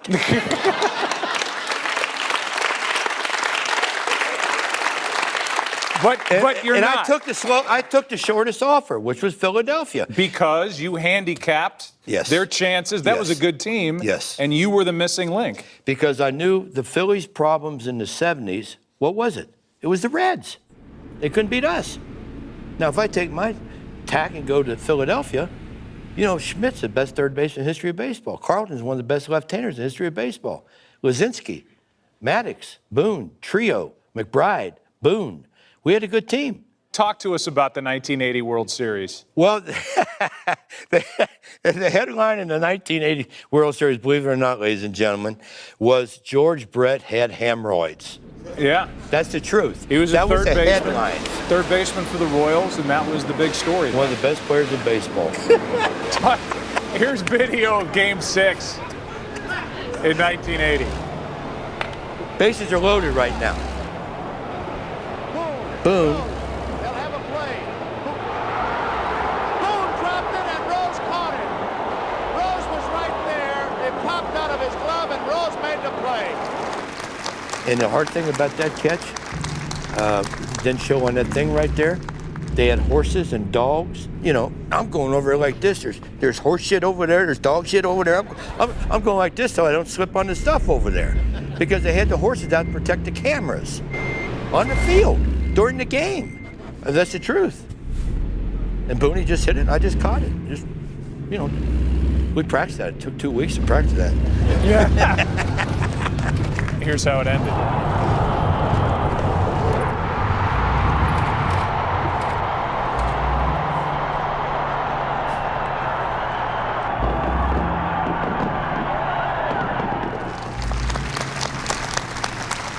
How did that one winning with Philadelphia compare, if at all, to winning with Cincinnati? Yeah, it was better, Joe. I mean, I hate to say that, but we had 25,000 at our parade. They had 1 million in the parade in Philly on Broad Street. They waited 86 years. That was a big celebration. That was a real rewarding year. It really was. And then we come right back and we lost in '83 to Baltimore. I hate Baltimore. I lost 2 World Series to Baltimore in 2 different decades, 1970 and 1983. So you lose in '83 as a Philly, and then it comes to an end in Philadelphia. Yeah. And you end up in Montreal. Yeah. The Montreal Expos. Give me a shot. They gave you a shot. You knew you weren't finished. I thought I was, Joe, but I really worked out and got in the best shape I could. 4,000 hits. Opening day. Opening day. What did that mean to you? It meant a lot because, but I knew I was going to do it. It was opening day. And nobody came out on the field except the batting coach, Billy DeMars. And I gave him the ball. He was my batting coach. I gave him the ball. Listen to this. 3 years ago, he sold it for $65,000. He didn't throw me no barrel. I give him the ball, and he sold it for $65,000. Is that unbelievable? That is. It is. You go back to Cincinnati. You've been back there. You're the player manager. You'd never managed before, but you wanted to take that on and be, and if that doesn't make sense, player manager. You're on the roster. You can play, but you're also the manager. That's a lot on your plate. And you're going for the all-time hit record in 1985. How did you know you could handle all of that, be a manager, and still do your job? I think what helped me going back is, I think you'll agree with this, that I always played like a manager. I was very fundamentally sound, and I knew how to practice. And I played myself into a position to come back in 85. If I'd hit 165, I couldn't have took a roster spot. But because I hit 365, I played every day and hit 365. It's like you bring a kid up in September and he hits 7 or 8 home runs. You got to give him a chance the next year to make the team. And then when I went into the 85 season, I don't know how many hits I needed, but it wasn't amount that I couldn't achieve, and I didn't have to play every day. Did not have to play every day. And going into September, I needed 1 hit. See, now you're thinking about your dad. Just breathe it in. Pete's dad has to be looking down with a... See what happened there? I can tell you.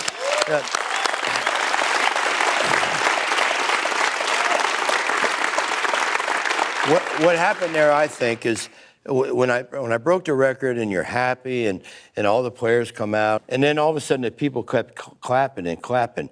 In 6 or 7 minutes, it was okay. You know, I'm still enjoying it. I feel like I had iced tea with everybody that's at the ballpark anyway.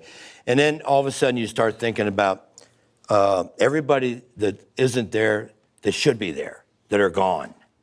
And in my case, my Little League coaches, my high school coaches, my American League coaches, some of my big league managers, some of my big league coaches.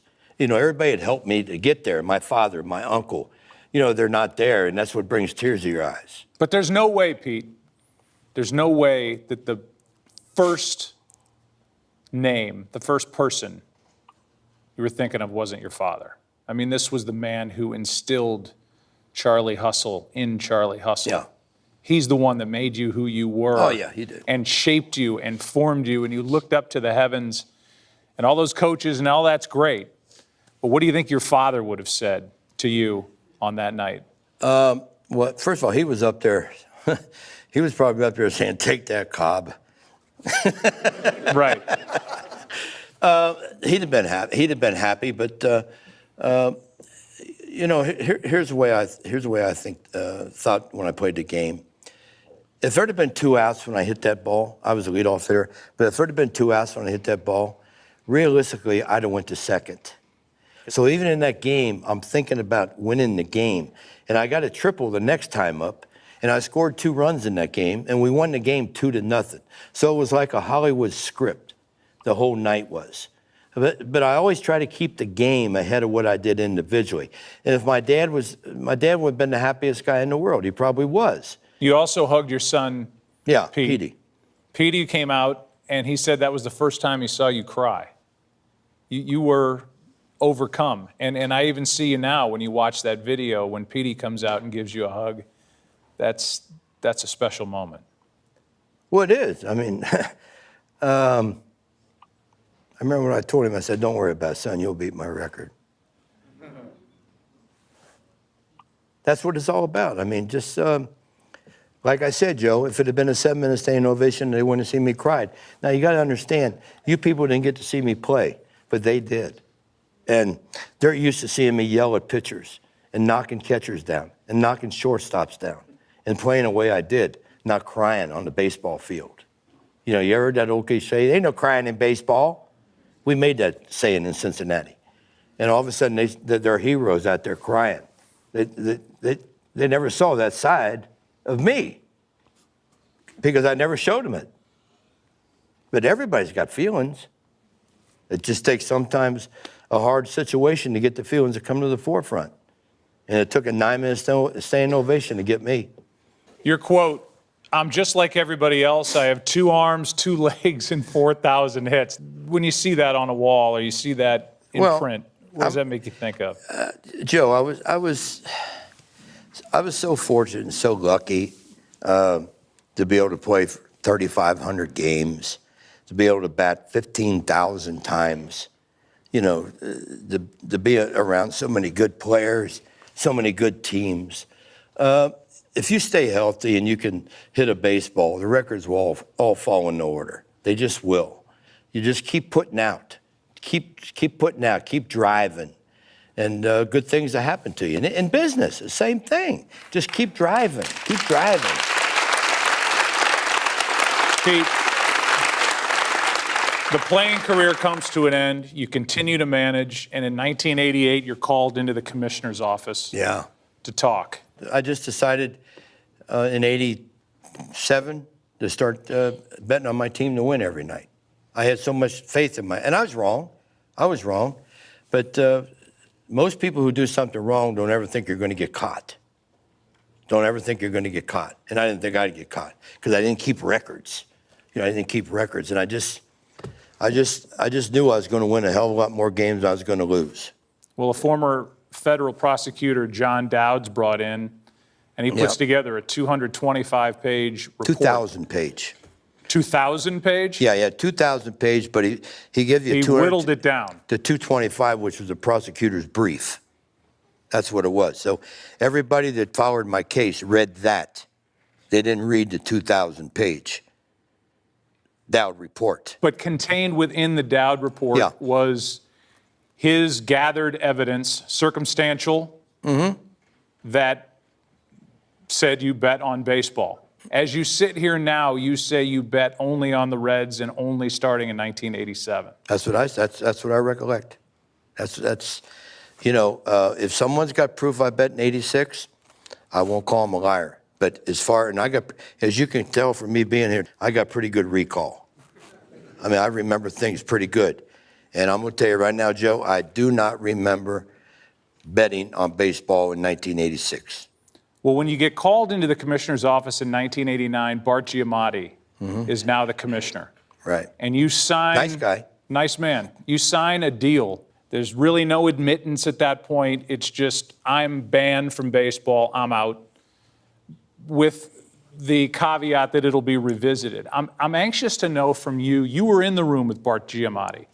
Did you get the sense that if you, by their words, reconfigured your life, that you had a shot I did. with Giamatti? That's why you signed the deal. Absolutely. Giamatti was a gentleman. And why did I sign a lifetime ban? Because there's a clause in there that says I can apply for reinstatement after a year.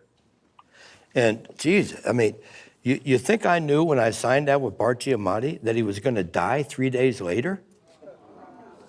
Just over a week later. The worst thing could happen to him and Bart to me. Giamatti dies. And now that's why I'm asking you this, Pete, because I get the sense that with that death, now Fay Vincent takes over. Vincent and Giamatti were very close. Vincent thinks I was worse than, what's the little guy with the cross on his... Manson. Charles Manson. I'm worse than Manson in the eyes of... But once Giamatti dies, whatever understanding you had in the room with Giamatti is gone. Yeah. And the key for your get out of jail is buried with Bart Giamatti. Yeah. And then he passed it on to Bud Selig. They told me to reconfigure my life. What I thought that meant was no more illegal gambling, which I don't do. Be very selective of people you hang around with, which I do. And I've done that. But I guess later on in life, Selig made it be known that what he meant was take responsibility for it. And I have. So, you know, you can only say you're sorry so many times and so many people are going to hear it. And but I'm not worried about it because I'm not going to sit here on the Joe Buck show and complain to you people that I'm not in the Hall of Fame because I'm the one that screwed up. I'm the one that made the mistake. I'm the one who will live with the mistake. Okay? I don't go to bed tonight and pray that I go to Hall of Fame tomorrow. I go to bed tonight and pray I get up tomorrow morning. That's what I pray. Okay. So let me ask you two things. What would it mean to you to get into the Hall of Fame? Anybody in his or her sport, the ultimate goal should be to reach your Hall of Fame. And it was something even your father mentioned. Yes. You asked me would I love to be in the Hall of Fame? Sure, I'd love to be in the Hall of Fame. All my teammates are there. All my friends are there. Most every player who's played against me or with me in some capacity is made the Hall of Fame. So I know a little bit about the Hall of Fame. I do know a little bit about it. So the audience understands, right before you become eligible for voting, they changed the rule. They changed the rule and they said anybody who is on baseball's ineligible list, baseball's banned list, is not eligible for the Hall of Fame. That was Fay Vincent. So Fay they Vincent basically changed said, it. we're not going to even have to bring up Pete Rose's name because he's over in this category over here. Right. Okay? You're absolutely so right. now you have been to... First reporter ever to say that. First reporter ever to report that. And it's absolutely the truth. Everybody forgets about they changed the rule, or I'd have been eligible to be voted for the Hall of Fame. Am I right, Joe? You're right. So 4 different commissioners you've been to talk about this after the agreement in 1989. Here's what I see when I read the letter that was written by the current commissioner, Rob Manfred. I feel like there's a roadmap there, but you may have to do things that average citizens walking the street don't have to do. You're meeting with the commissioner of baseball. The one thing you want to be is honest. And he asked me, do you still gamble? I live in Las Vegas, okay? I don't live there because I can gamble. I live there because I work there. I work at the mall, okay? Now, you have to understand. Well, and maybe he signs autographs. He's not 4.5 hours a day. Paul Blart walking around. Yeah. So you have to understand that I'm 75 years old, okay? And I work my ass off, 20 days a month, 4.5 hours a day. I support a lot of people, okay?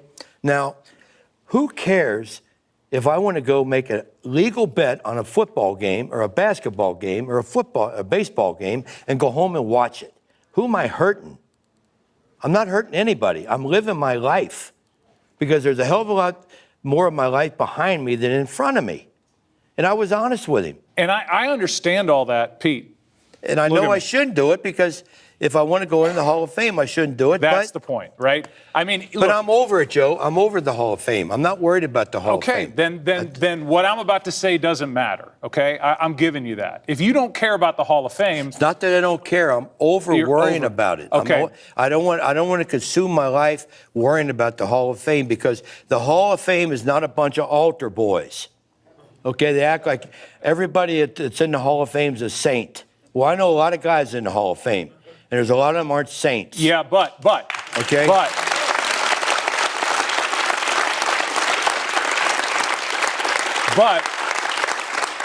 Gambling on the game. It was wrong. I admit that. Having a hand in the winning and losing of the game and having money on the game crosses lines and breaks Rule 21. It does, but there was never a game that I managed was ever in doubt in Las Vegas. And what did I do every night when I bet on my team? I did everything possible to win that game. But when you didn't bet on your team, weren't you telling the gambling community? I didn't tell anybody. Nobody knew. Nobody knew. Who knew? The only guy who knew was the guy who took the bet. Okay, so let's go back. If you were to get into the Hall of Fame, here's what I think. There seems to be a roadmap, and that roadmap would be, even though it's legal for me to go to Las Vegas and gamble on a game, you stop gambling. Okay, all I'm told is to reconfigure my life. And we even asked Commissioner Manfred, what do you mean, reconfigure my life? And he didn't give me an answer. Just tell me what you want. Well, what if do you never want me to bet again? Just tell me. Okay, what if that's the answer? And I'll do it. You wouldn't bet. No, I wouldn't do anything if he told me.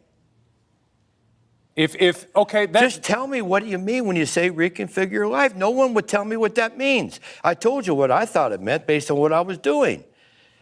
Commissioner Manfred didn't know what I meant when I said, you want me to reconfigure my life? Tell me what you want me to do. Please, just tell me what you want me to do. I can't move out of Las Vegas because that's where I get paid. That's where I get paid. You know,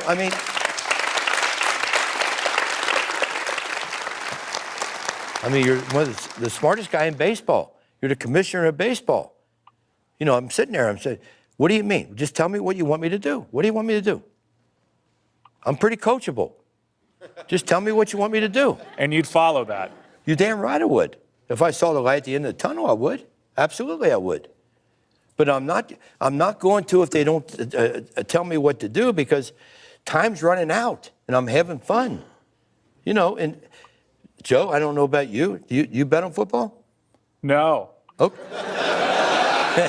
I sure in the hell wouldn't if I got back in baseball some capacity. Now I'd never bet on baseball. Would you bet, period? Would you bet on the Kentucky Derby? Yes, I would. I would bet on the Kentucky Derby because I'm a race fan, and that's part of Pete Rose's life. What if that was the stipulation? What if Manfred said you can't place a bet? But would that make any sense at all for Rob Manfred to tell me I couldn't bet on the Kentucky Derby? No. But it's their rules. It's their rules. You know that as well as I do. No, their rules is don't bet on baseball. Their rules don't have nothing about betting on football or betting on basketball. But you're a special case. So if he says don't. I wouldn't. Okay. Oh, just tell me. All right. Just tell me. All right. I just wanted to. Just call me in and tell me. Make that clear. Tell me what's next for you separate from all that. We have a fantasy sports app. Yeah, called FanDAction.com, where you can pick picks against me. You don't have to gamble. You don't have to gamble, but you can if you want. My website is FanDAction.com, and I pick 4 or 5 players every night, 4 or 5 teams on different nights. Certain nights I'll pick 8 players and 2 pitchers, and you can play against me and win prize money. It's Pete's Picks, okay? It's not breaking any rules or anything. All right, here we go.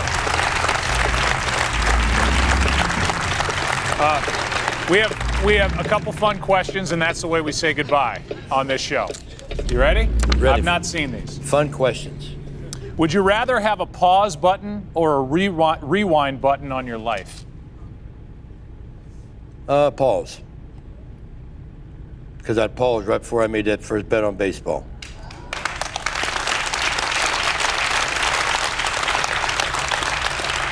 Would you rather have your kids get good grades or be good in sports? There's no lie detector here. No. If you say, would you rather your kids get good grades or make major sports, I'd say major sports.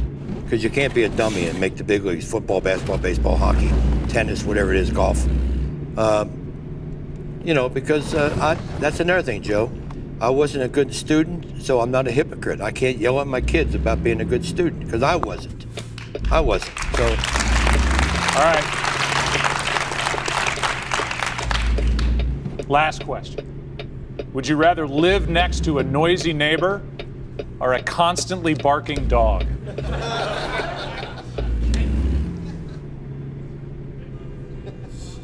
Jesus.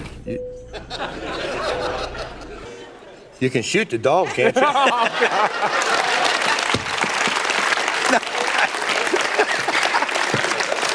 Give me another answer. We're not ending with that.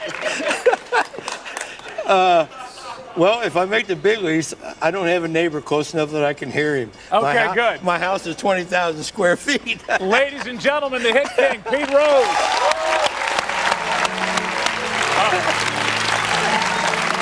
Hey, give it back.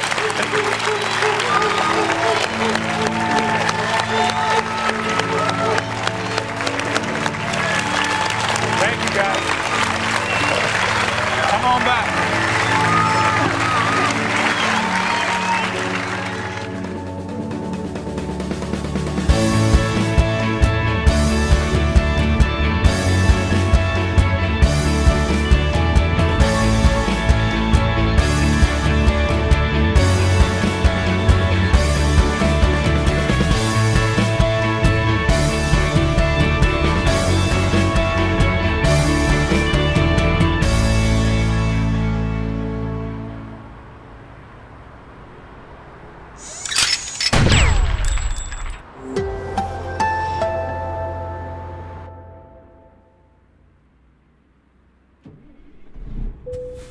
Well, the only thing I could think of that would make that happen is I got suspended in 1989.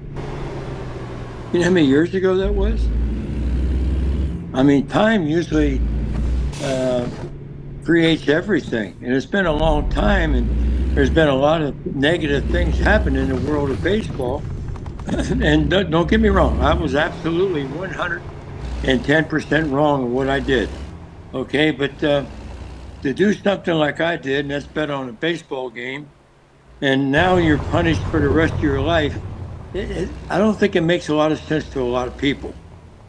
When other guys will kill somebody, or they'll be strung out on drugs, and they'll beat their wives, and stuff like that, in a couple years, they're back in the game. So I think that's the dilemma that people are struggling with right now as far as the Pete Rose case. I hurt myself. I hurt my family, no question about it. But I've been able to survive, no thanks to baseball. If I do anything surrounding the world of baseball, I have to get baseball's permission to do that.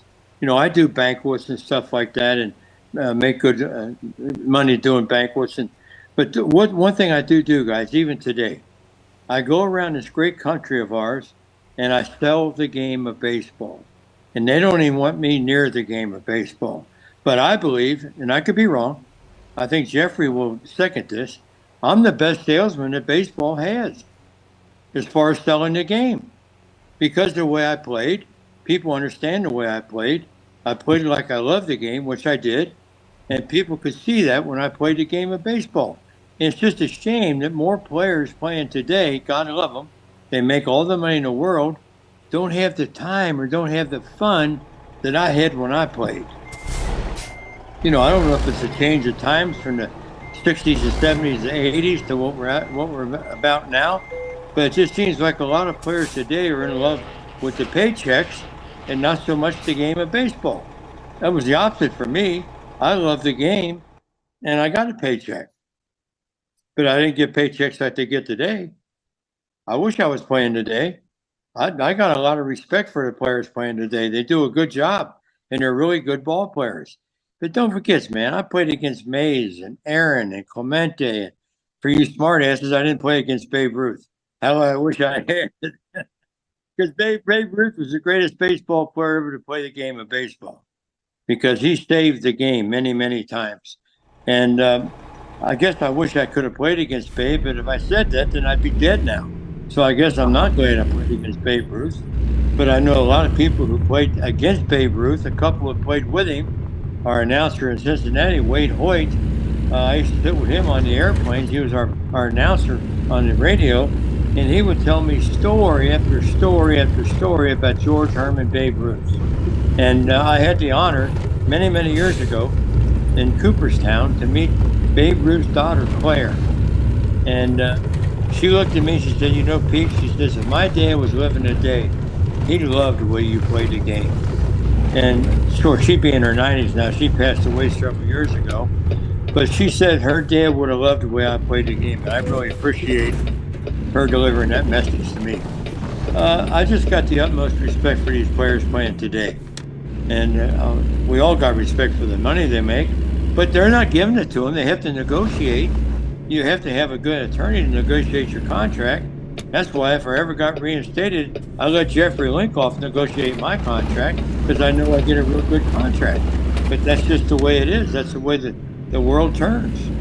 But it's fun. It's fun watching the game. I watch 2 or 3 games every day. You're not going to beat these guys taking bets. It's just impossible. Sure, I had big nights. I had big days.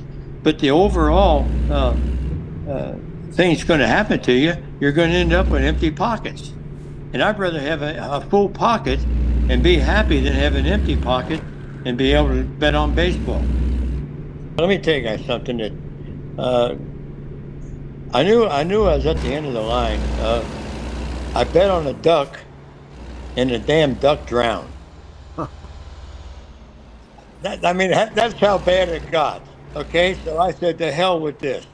I'd rather have money in my pocket than worry about betting on a baseball, football, hockey, basketball, whatever sport there is out there. Right. And I enjoy watching sports more than anybody, okay? But I do not enjoy the atmosphere and the stuff that you put you through when you gamble on sports. And there's a lot of people gambling on sports. There's no question about it. And ESPN makes a lot of money based on people betting on sports. Baseball makes a lot of money on people betting on sports. God bless them. You know, I have nothing bad to say about that. Baseball does what it does because it's the world of baseball, and they're king. But there again, I will never make another bet on baseball if I live to be 150 years old. I don't see much sense in putting me on the ballot after I die. Because for a player to go into his or her Hall of Fame, it's more or less for your family and it's more or less for your fan base. And I'm big on both of those two things right there.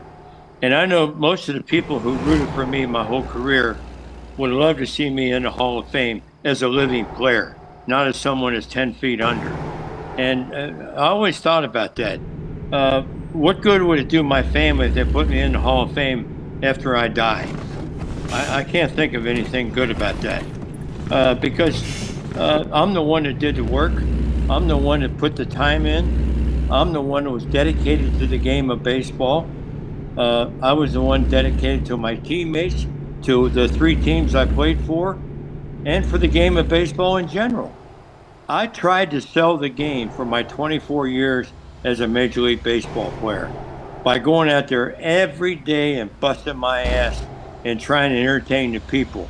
And I wish every player, really, I do. I wish every player approached the game of baseball the way I approached it when I played. And there's certainly a lot of them that do today.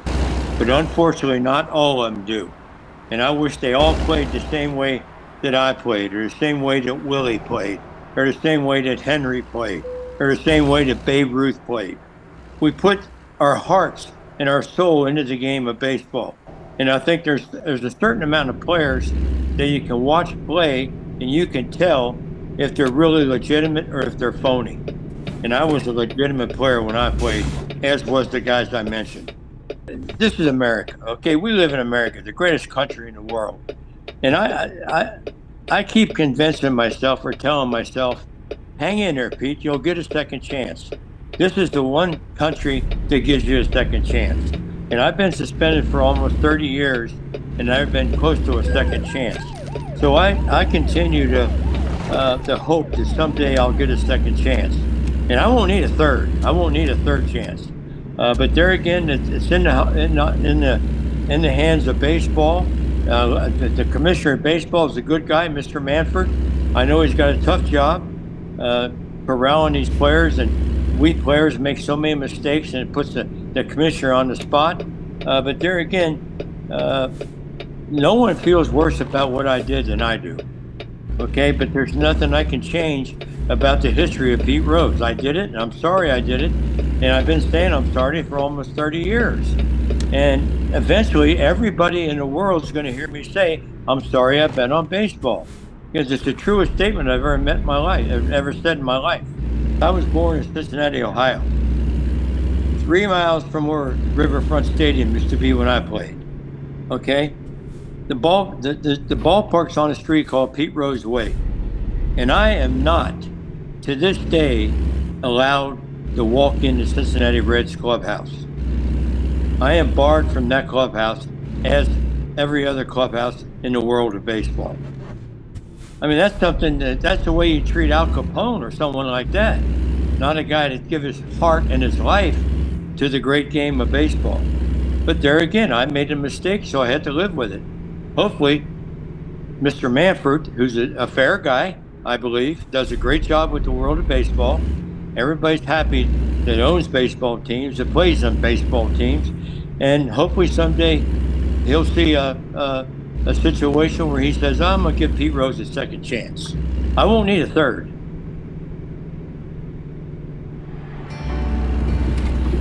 Charlie Hustle is the most fitting nickname in baseball history, mostly for good reasons.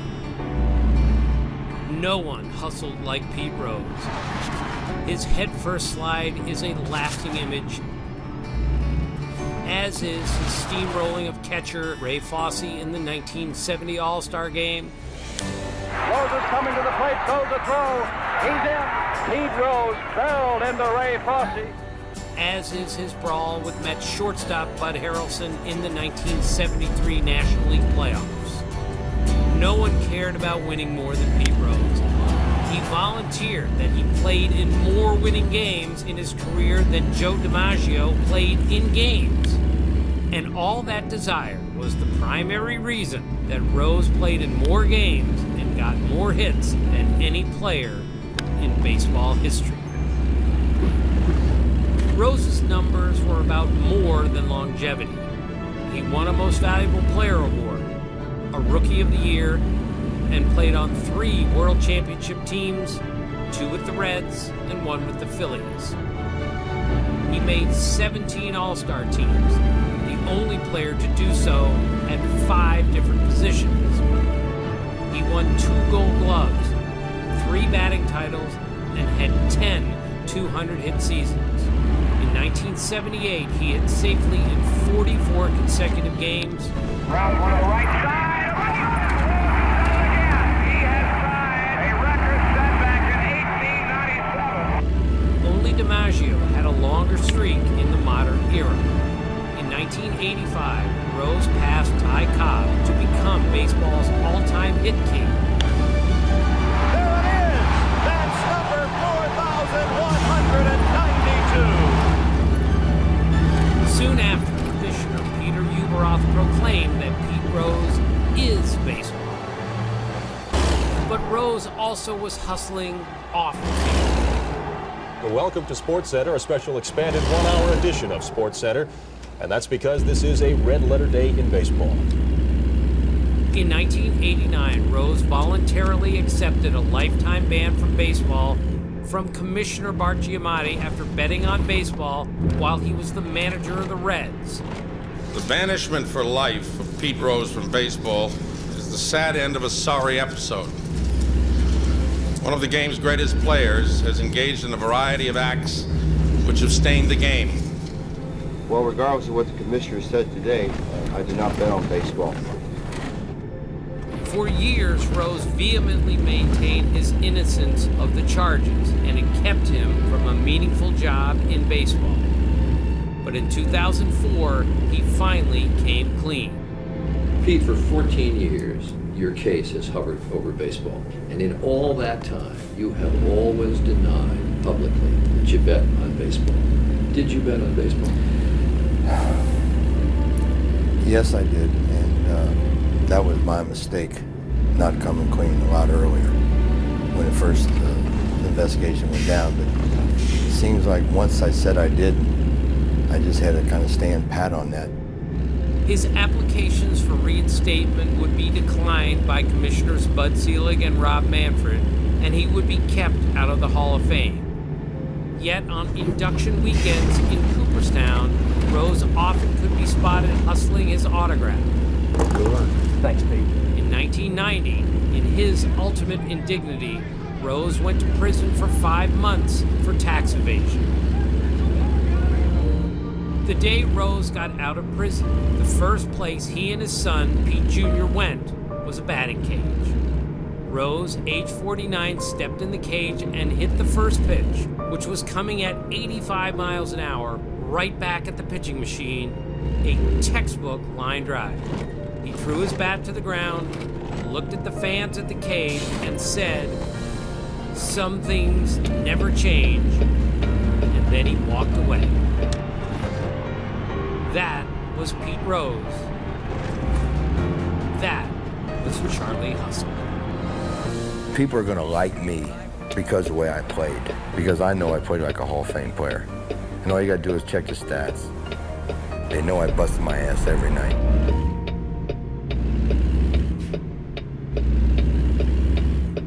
Well, he's one of the greatest players of all time.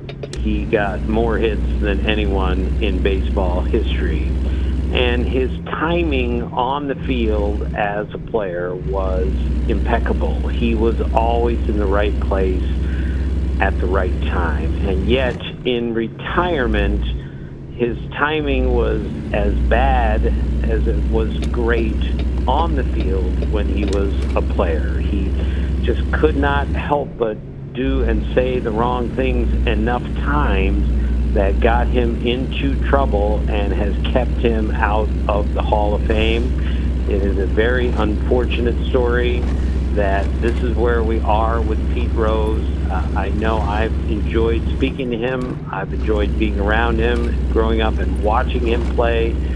It was breathtaking to watch him play, but he made a lot of mistakes along the way. He finally owned up to them, and it's a very complicated legacy for Pete Rose. Tim, the very first thing you said was one of the greatest players of all time. For anyone who didn't get to watch him play the game of baseball like you did, what should they know about him?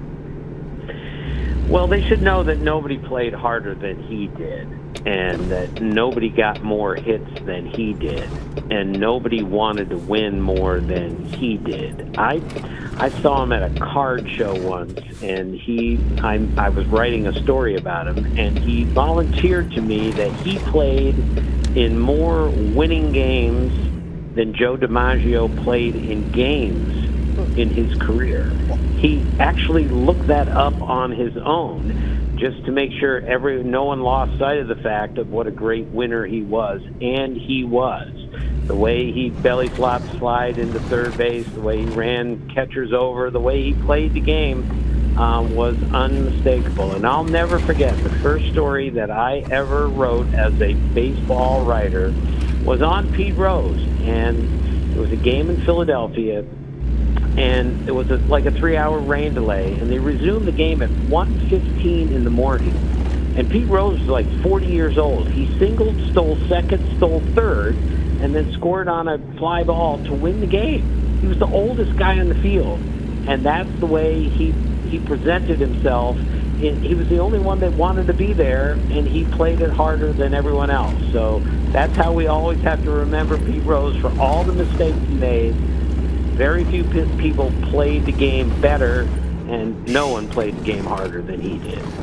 Died at the age of 83. He played 24 seasons. His nickname was Charlie Hustle. He was an MVP, a 3-time World Series champion, a 17-time All-Star. And in 1985, he broke a record that was believed to be unbreakable, surpassing Ty Cobb to become the all-time hit king. But few players have had a more complicated legacy. In 1989, he was banned from baseball for betting on games, including his own team. And he died yesterday without ever making it to the Hall of Fame. When I got this news, and I talked about it earlier here on this program, the very first person I thought of, and I texted immediately, was Bob Costas, who was good enough to get up with us this morning, the legendary voice of baseball for my entire lifetime, and the one person whose perspective on this I think is the most valuable. So first off, Bob, thank you for taking the time for us this morning.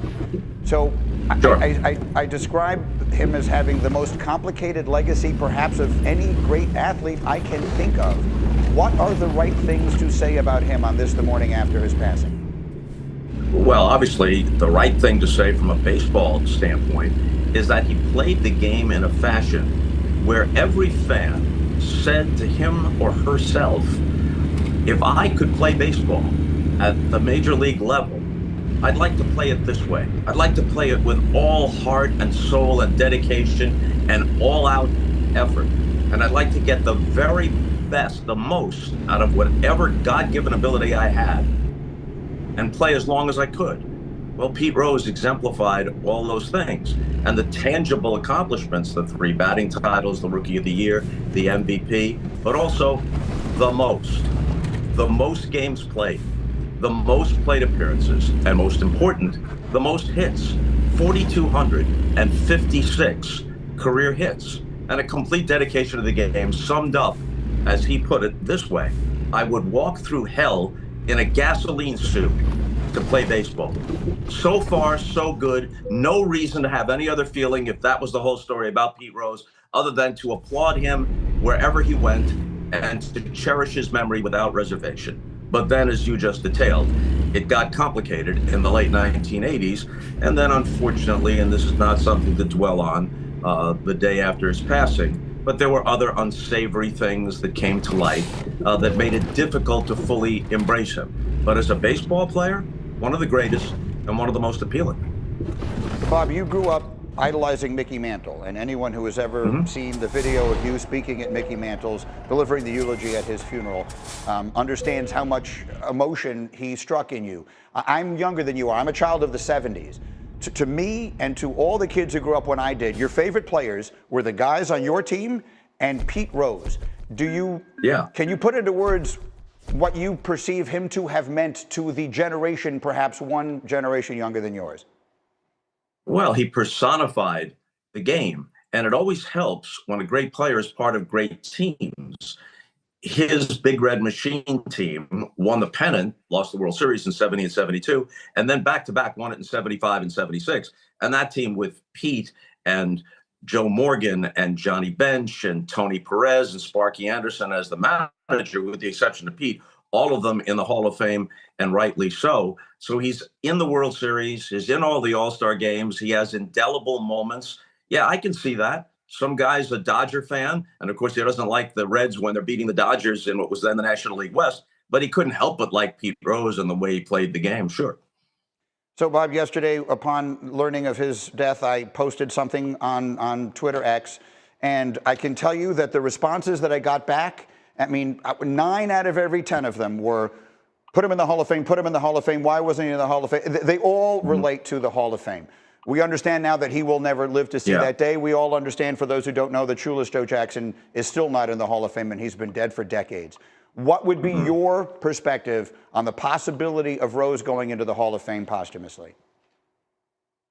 Well, the Hall of Fame would have to change its rule, which was an ex post facto rule, to be honest, put in 1991, and obviously not aimed at Shoeless Joe Jackson, who, as Casey Stengel once put it, is dead and remains dead at the present time. He had died like in 1950 or 1951.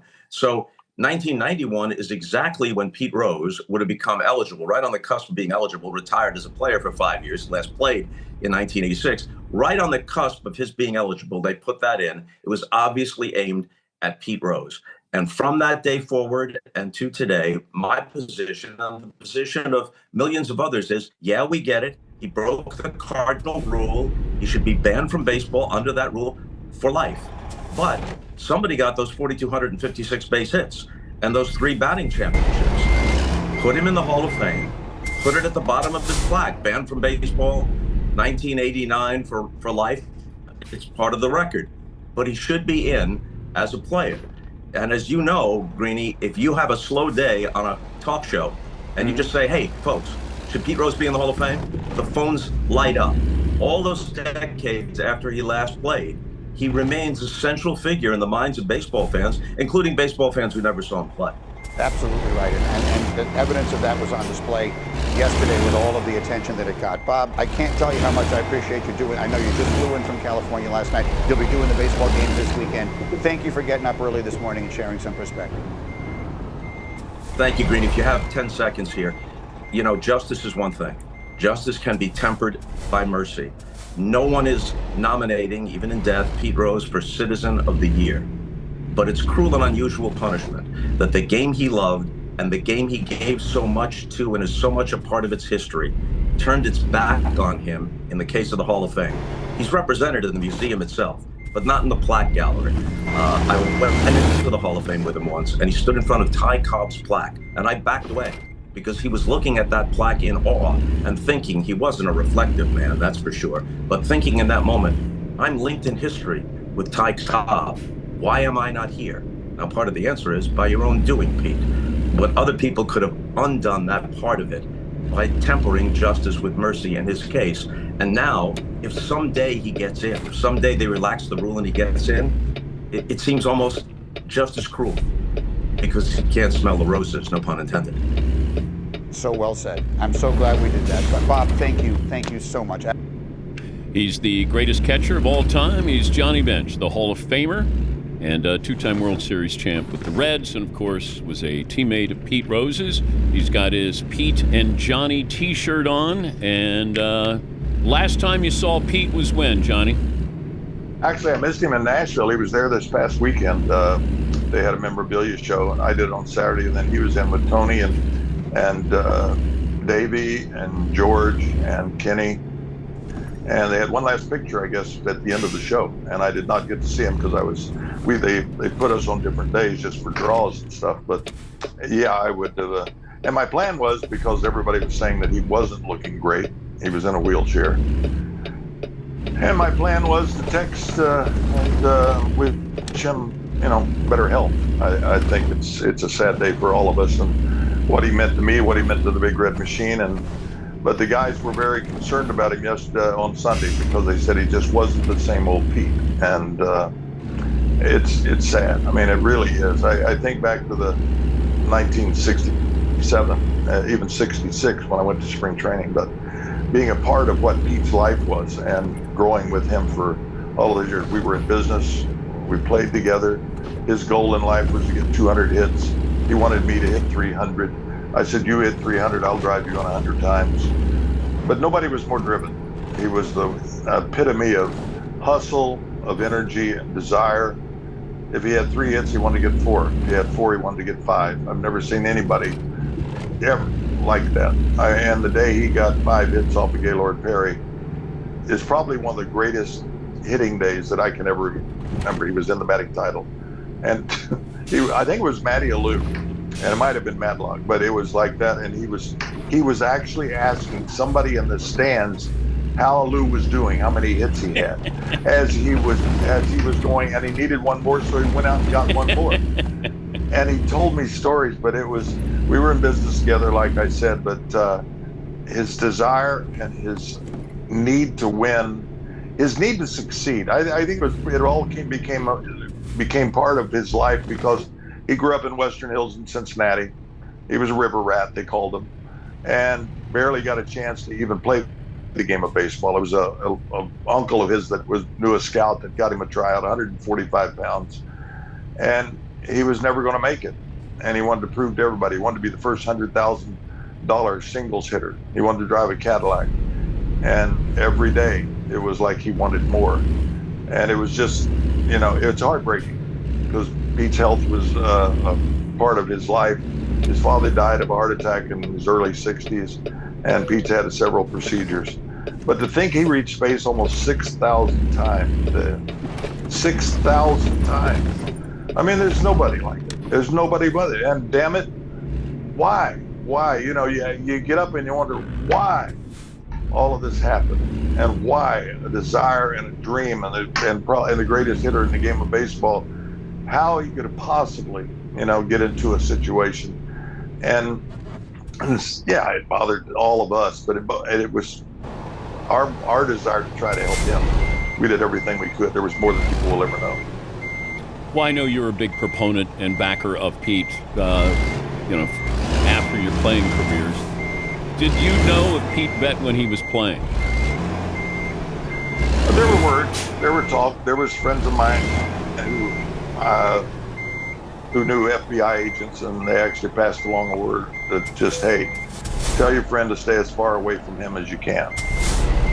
And I thought that was kind of as it turned out, I wasn't sure why at the time. Did I know it? No. Did I see him ever call in a bet? No. I mean, the only betting I ever saw him do was at the dog track in spring training. But do you think, you talk about this competitiveness, you can't turn that off.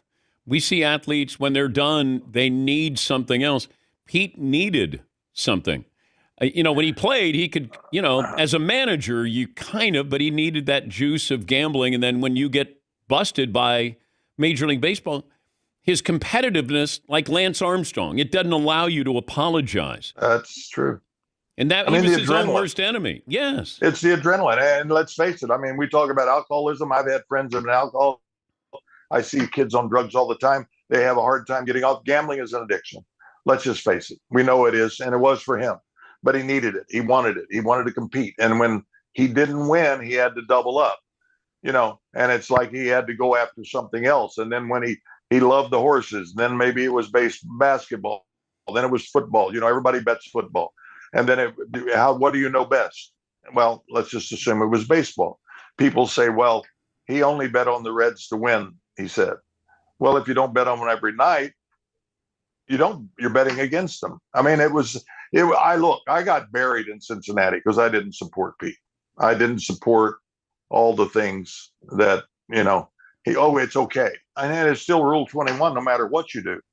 I don't care what you do. And people, whenever you go to speak, first question is, and I look at them and I say, what do you think? And they said, yes. And I said, well, do you have kids? Yes. And I said, well, go home and tell them there's no more rules. And it's like, whoa, well, I didn't make the rule. I didn't make the rule. I didn't keep Pete out of. In fact, I went to Commissioner Seelig twice, went to him a third time. He said, no, don't bring it up again. Twice. Pete, Mike Schmidt, Joe Morgan, myself. But those are the bad things. But what if the Hall of Fame just says, we want him on the ballot? Since, they're independent of Major League Baseball. Would you have a problem if Cooperstown says, we're going to have him on the ballot? It's been their choice since '89. Yeah.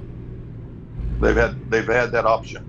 It wasn't Major League Baseball. It was the Hall of Fame that says, here's who's on the ballot. These are the guys that have played for 10 years or the certain amount of time that makes you eligible to be voted on. And they chose not to put him on the ballot. I don't have a vote. I'm not a member. I'm a member of the Hall of Fame, but I don't have a vote. And it's interesting to hear so many people saying they would vote for him, so many people say they not vote for him. And there were always lines drawn. And we are a forgiving society. There's people that right now have gone out and killed people. There's people caught in drug sting. There's dealing fraud. They do everything. And yet they're now the face of sports in a lot of ways. And for Pete, I think he had a chance. I think when Ueberroth was the commissioner, he tried to get Pete to sign off on a thing. And when Pete said, no, I'll beat it, then it became, I will challenge it. And it's been a losing proposition for him. In the times that I said, Bud, come on, let's try to get him on. Okay, let's get him on. Let's see if he'll do these things. It didn't work. It didn't take. He didn't follow the rules that they had laid down. And man, for all of us, there wasn't a one. Tony Perez, Pete, Joe Morgan, there wasn't one of us that didn't say to Pete, come on, let's do this. And it's sad. It's sad he has to leave his legacy with the gambling part of it rather than a legacy with 4,200 jillion hits, 4,256, whatever it is, 5,000 events, 5 all-star games in different positions. And the desire and to make everybody better. Everybody, everywhere he went, he made everybody better. Hey, look what happened in Philadelphia when we went over there. And Mike Schmidt and all of those guys just stepped it up a notch because their intensity level, because that's what Pete had more than anybody. I can't tell if you're more mad or sad. Sad. Yeah. I am absolutely devastated. I have cried. I've actually cried because I didn't want this to happen. I didn't want this to happen to Pete. I wanted to save Pete. Yeah, we had our difference. We knocked heads on some certain things and everything else. There wasn't one time that we didn't shake hands or hug whenever we saw each other. I just didn't want it hanging over him. I didn't want this to be part of baseball. I didn't want it to be a black eye on baseball to begin with, but more importantly, Pete gave everything to all of us. All of us. And yet this sickness, this addiction was too much for him to overcome. He gave you, but he didn't give you what you ultimately wanted, and that is to help Pete help himself.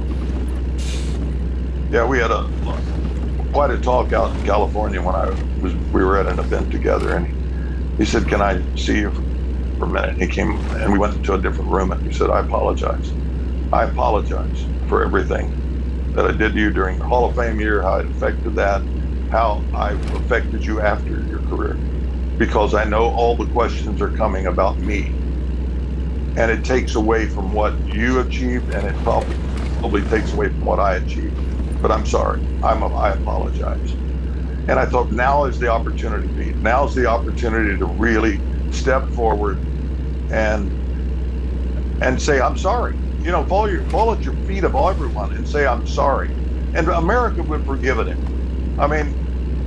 Somebody said, he would have been worse off shooting, better off shooting somebody, I think, than what this has caused.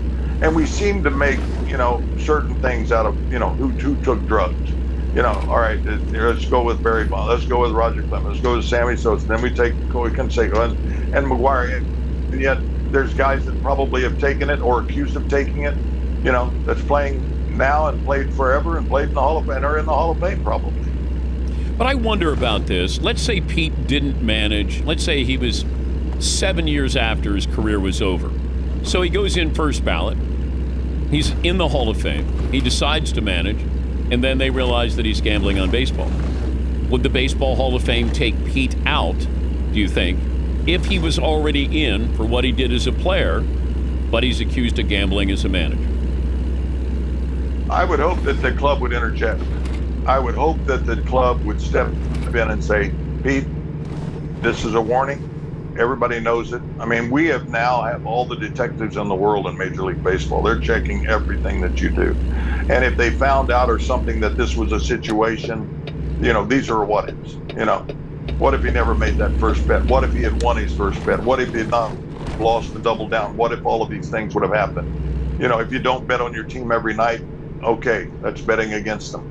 That we know. But if he'd have, these are all scenarios that had he done it, I'm sure that I found out about it. I was the owner. I would have come down and said, Pete, no. Knock this off, or they would have fired him on the spot, because the integrity of baseball is still the most important thing we have. What would you say to Commissioner Manfred today? Let's say he's listening to this interview. He's made that decision. He's had a one-on-one with Pete. He's had a one-on-one, hour and a half. So no budging that he. What did you hear from that conversation he had with Pete? Well, we know what his decision was. Nothing. No, you're not going to be on the ballot. But he can't, no. and you know this better than anybody, Johnny, is this commissioner can't make that decision because you're going against Bud Selig and you're going against Bart Giamatti. And I don't think he wants. This isn't a legacy that you want. I mean, this commissioner's done some good things for baseball. I just don't know. It seems hypocritical if you put him in posthumously. Well, the thing that bothers me today is everything is gambling. You're probably being sponsored by something. Yes. I mean, we're now condoning it, and we're now seeing it. I'm watching the game yesterday, and I see 90% probability the Braves will win, 10% on the Mets. Now they scored 3 runs. Now it's 60-40. I mean, now you got it on your phone where you can bet on swings. They say you can bet on foul balls. You can bet on pitchers, strikeouts. I mean, it's become part of it. And now we see a couple of young players who now have been banned from baseball or at least suspended. I think that's the thing we have to figure out. But I can't. No, but you could alter baseball's the game. looking at it differently. Baseball is actually looking at this differently now. Well, they're doing this to make money off fans. You can't have the people involved in these games with the potential to alter the outcome. That's why I know they're in bed with gambling, but players can't be involved in this because they can manipulate the outcome, fix a game. Well, so can the fans. Strangely enough, I mean, have you ever been to a golf tournament when a guy's in his backswing and somebody coughs or sneezes or his phone happens to chirp or anything else because he doesn't want him to hit the ball in the fairway or he doesn't want all of these? There's scenarios. These are possibilities. Yes, I understand the money's out there, and that's what it's all about, is having the owners and paying for the salaries that they've got out there. That's understandable. That's what we do. We're all in it for the dollar at this point, as they say, the owners would say. And that's what we're going to have to do. If we're going to give a $700 million contract, somehow we've got to pay for it. Yeah. I'm sure that, even in the, 700 million, 2 million, 50 million, that's a lot. But I think baseball is starting to take a different look at it now. Okay, we're condoning betting. And should we take another look at Pete? I've heard that. Okay. Your first reaction to when Pete slid head first, when you first saw it? I was doing it in Binger, Oklahoma. Because Pete was doing it? No. I hadn't seen Pete. This is back in the early 60s. So I had never TV. I wouldn't know who Pete was in 63. He came up as a rookie, so I never saw Pete Rose head first slide. I was head first sliding with Enos Slaughter. Is he the first one to do a head first slide? Enos Slaughter, yeah. He was known for that. And I did the head first slide, and then when I got up to Cincinnati, Pete was doing the head first slide, so I didn't do the head first slide anymore. It's his deal. I mean, I've never seen anybody, I don't know if you can call it a slide. I mean, the statue he has in front of his stadium is perfect. Yeah. That is absolutely Pete Rose. That's the way he dove into everything with aggressiveness. I mean, you can still look back at the 1975 World Series when he went into third. If you can remember that base hit in there and he dove in there like that. I mean, he's 2 feet off the ground, flying through the air, and that's the way the statue, and that's the way it epitomized what Pete was. It's just, damn it, Pete, you did it to us, you did it to yourself, and we have to talk about this. We have to talk about what was your life. And your life, no matter how you want to do it, 4,200 hits now goes, no, you gambled. Rule 21 beats 40. Rule 21 beats 4256. And that's the sad thing about it, because God, could he play. 200, I mean, every year, hits, get in, score, run the bases as good as anybody. And for a guy to give up a position as an all-star and when George Foster was traded over, Sparky goes after Pete and said, I need you to play third. Okay. He was second base. Then he goes to first base. I mean, he created everything that he did. With the determination and love for the game. I don't think anybody loved the game more than Pete. And I hear what you're saying. We should be talking about Pete, the ball player, but what he did overshadowed that, and it's just hard to get through the trees with. I know. It's the greatest story ever, 4256. When he beat Cobb, it was the greatest story. Nobody can beat Cobb. Nobody. There was impossible to beat Cobb. And then he goes past it, and then he goes past it. I mean, we can talk about Ripken and his longevity and everything else, but Pete was out there for 190 hits for 13 years. And we brag about a guy who got 170 now. We look at the top hitters in the game of baseball and his batting titles and all the stuff and all the runs that he scored and all the things. And no, we got to talk about this. And damn it, Pete, that's just not the way I wanted to end this. That's not the way I wanted to see you go out. Stay healthy, okay? Working my ass off. Stay healthy. Thank you, Dan. You too. All right. Love you. Johnny Bench.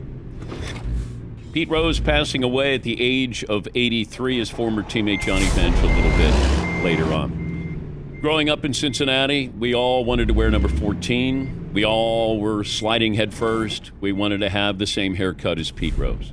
So he certainly had an impact on me. My first autograph was from Pete Rose, and he wasn't charging back then. But I have had many, many interviews with him, interactions with him. He said a lot of things to me on my radio show. And when I first got to ESPN, it was 1989. And I left CNN, went to ESPN. And then a few months later, I'm on the 11 o'clock Sports Center with Bob Lee, one of the great sports journalists in history. So I come in, and the Pete Rose situation's unfolding right in front of me. Now, I used to gamble, and one of my bookies used to take bets from Pete Rose. So I say to Bob Lee, Bob, I got information here, and I'll put that coverage up against any network of what we did covering Pete Rose, in large part because of Bob. But I did have a connection, and I knew exactly what was going on with his betting. Now, I never found out if he bet while he was a player on the Reds, against the Reds. And I know that there's this outpouring of sympathy and sentiment for Pete Rose to be in the Hall of Fame. Nothing has changed from yesterday, today, to a week ago with Pete Rose. It's just sentiment here to get him in the Hall of Fame.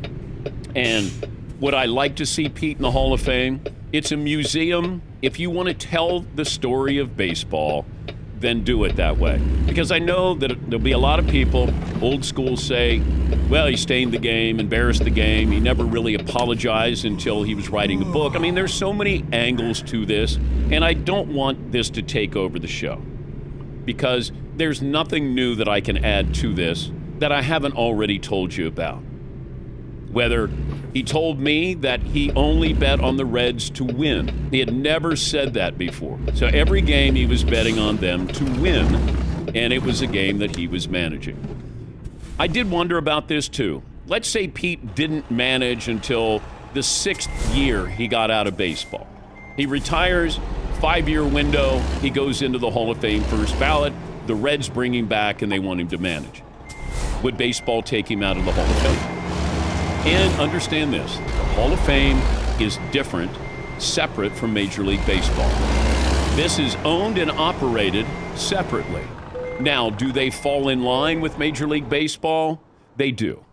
But they do it by choice. If the Hall of Fame said, we want Pete on the ballot, he could be on the ballot.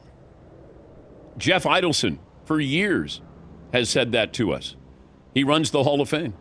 If they chose to do that. Now, once again, it's the Baseball Hall of Fame. It's not the Major League Baseball Hall of Fame. But if they wanted him on the ballot, they could put him on the ballot. But all I've ever said is, it's like he cheated in grad school. I can't take away his undergraduate degree.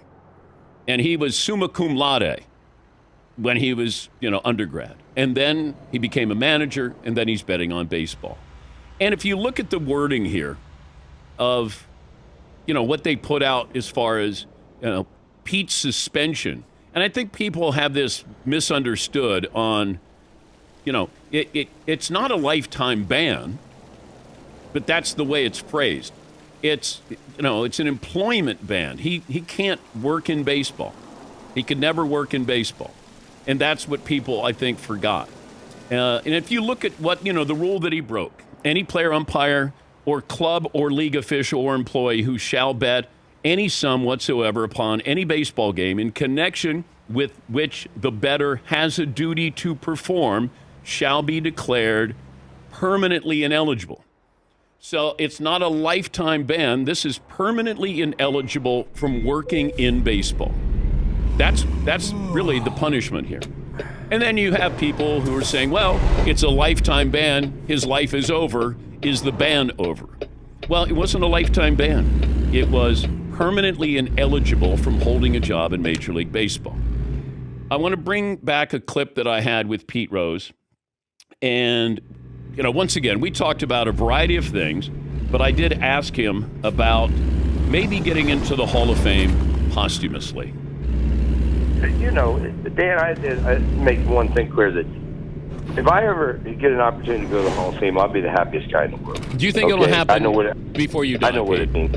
I don't know. I still haven't given up on Bud Selig, and I know you know this as well as I. I mean, whenever someone asks Bud Selig about Pete Rose, he says, "Well, we're thinking about it." I mean, if you're not going to give me an opportunity, Bud, please just tell me. And you won't bother him. I won't send him letters. No one from my side will bother him. Do you understand what I'm saying? Would you rather know now that you'll never get into the Hall of Fame as opposed to that possibility of getting into the Hall of Fame? Well, it ain't going to help me a damn bit if I'm dead. I mean, the Hall of Fame's for your family and your friends anyway. But, like it was sad, I think, the way they handled Ron Santo. Ron Santo died, and next year they put him in. I know. That broke my heart. I think in baseball, the more Hall of Famers you have walking around, especially the more Hall of Famers you have walking around talking to people, the better off your sport is. And I'm not going to break the rules again. I mean, people ought to know that. I mean, I've been suspended 23 years. It cost me a lot. You could suspend these guys making $20 million for a long time, and they're not going to lose as much as I did. Now, I'm not whining now. I'm just telling you the facts of the situation. And, one thing I never did, Dan, and you'll agree with this, I never cheated the people when I played the game of baseball. Okay? Regardless of what I did, I always played my ass off when I played the game of baseball. I always put the fans first. I understood the importance of the fans, how important the fans were to the game. And I guess that's somewhat the reason I played the way I did. And I think I influenced my teammates. And you don't have bad things said about me to my teammates. I'm not one of these guys that been in a bar fight, run red lights, beat somebody up. I mean, you don't ever read it. The only thing you ever read about me is I gambled, and nothing else. And if you have, I don't know what it would be. So, you know, I made a mistake. I made a big mistake, a huge mistake. And when Giamatti told me to reconfigure my life, I misunderstood him. I thought when he said reconfigure my life, that meant no more illegal gambling, which I don't do. Be very close to people you associate with, which I do. But what he meant, and it took me years to understand this, take responsibility for what I did. And I did take responsibility for it. But there's still people that just won't let it go away. We're talking about something, Dan, that happened. I was suspended in 1989. 89. You know, it's time to get over it, I think. That's from July 25th, 2013.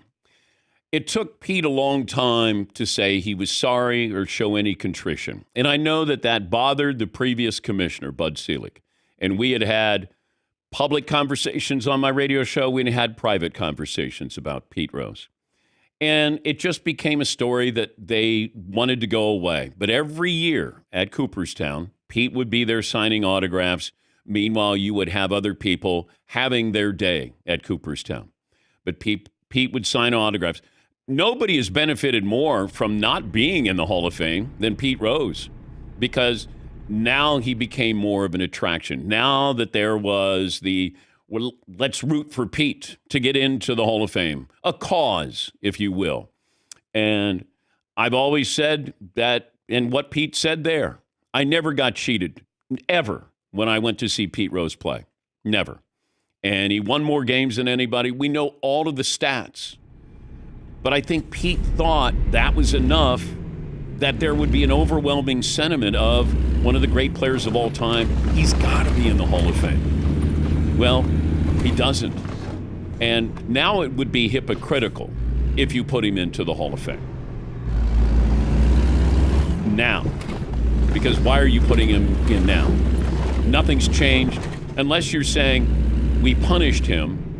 Now for his family's sake or baseball's sake, we're going to put him in the Hall of Fame. If you want to put the steroid guys in there, put it in. Put them in. Even if you do that, maybe you don't let them have their day where they give a speech. You're in the Hall of Fame. There is no speech. We want to tell the story of baseball. Fine. But Pete Rose, Pete is his own worst nightmare, his own worst enemy. What made him great is what kept him out of the Hall of Fame. He could just never say, sorry, what can I do to give back to baseball? And I remember having a conversation with Commissioner Selig. And I brought up the idea of having Pete go through the minor leagues and just tell the players what he sacrificed, what he lost, and do it on his own dime and just go around and tell people, this is a cautionary tale. You can have everything and you can lose it all. And he was really, really popular. Not just baseball, not sports popular. Pete was popular. And that might have resonated with some people. And it would certainly resonate with Major League Baseball. But Pete couldn't come to grips with that. And then he thought, hey, I'm betting on my team to win. Well, you'd still manipulate the lineup. Pete needed to compete. You can't spell compete without Pete. Michael Jordan, same way. They're wired that way, that they have to have something going on. There has to be something there. And Pete wasn't a good gambler. My bookie would say, because I'd say, who's Pete betting on? Now, there was a main bookie in Cincinnati, Indian Hills. And then my bookie was in my hometown. And then he would get bets laid off to him. If you're into gambling, then you know what I'm talking about. Don't want to get into the weeds too much. So I was aware. I was there in '86, and it was postseason. Pete was there, and he might have been working for somebody. But I remember he said to Bob Costas and me, who do you like today? It was Mets, Astros. When somebody says, who do you like today? That's gambling. who do you like? And I know it. I know the code. Because people still ask me, who do you like? I go, no, don't bet on it. And so Pete was probably betting on the Astros and the Mets. And if Mike Scott was pitching, he was probably betting on Mike Scott to beat the Mets. But you can't put him in the Hall of Fame now because it's hypocritical. There was the opportunity. I was hoping that there would be something that was there. But if you open the door, are you opening the door then for everybody? Pete didn't cheat the game in the sense of what the steroid guys did. He broke a posted rule. It's right there. It's the cardinal rule. It's right there. Every clubhouse has it. There's nothing in there that says don't use steroids, but it tells you do not bet on baseball. And Pete did it. But Pete thought he was bigger than the game, and he found out that he wasn't. But great memories. Big Red Machine, best hitting lineup, certainly in National League history. And a lot of great memories. And Johnny Bench will join us coming up a little bit later on to talk about Pete. But passing away at the age of 83. You know who I felt really sad for was Dikembe Mutombo's family, because he passes away. And then hours later, it's announced that Pete Rose passed away. And it made me think about Farrah Fawcett was really, really famous. Charlie's Angels, she passes away. And then hours later, Michael Jackson passes away.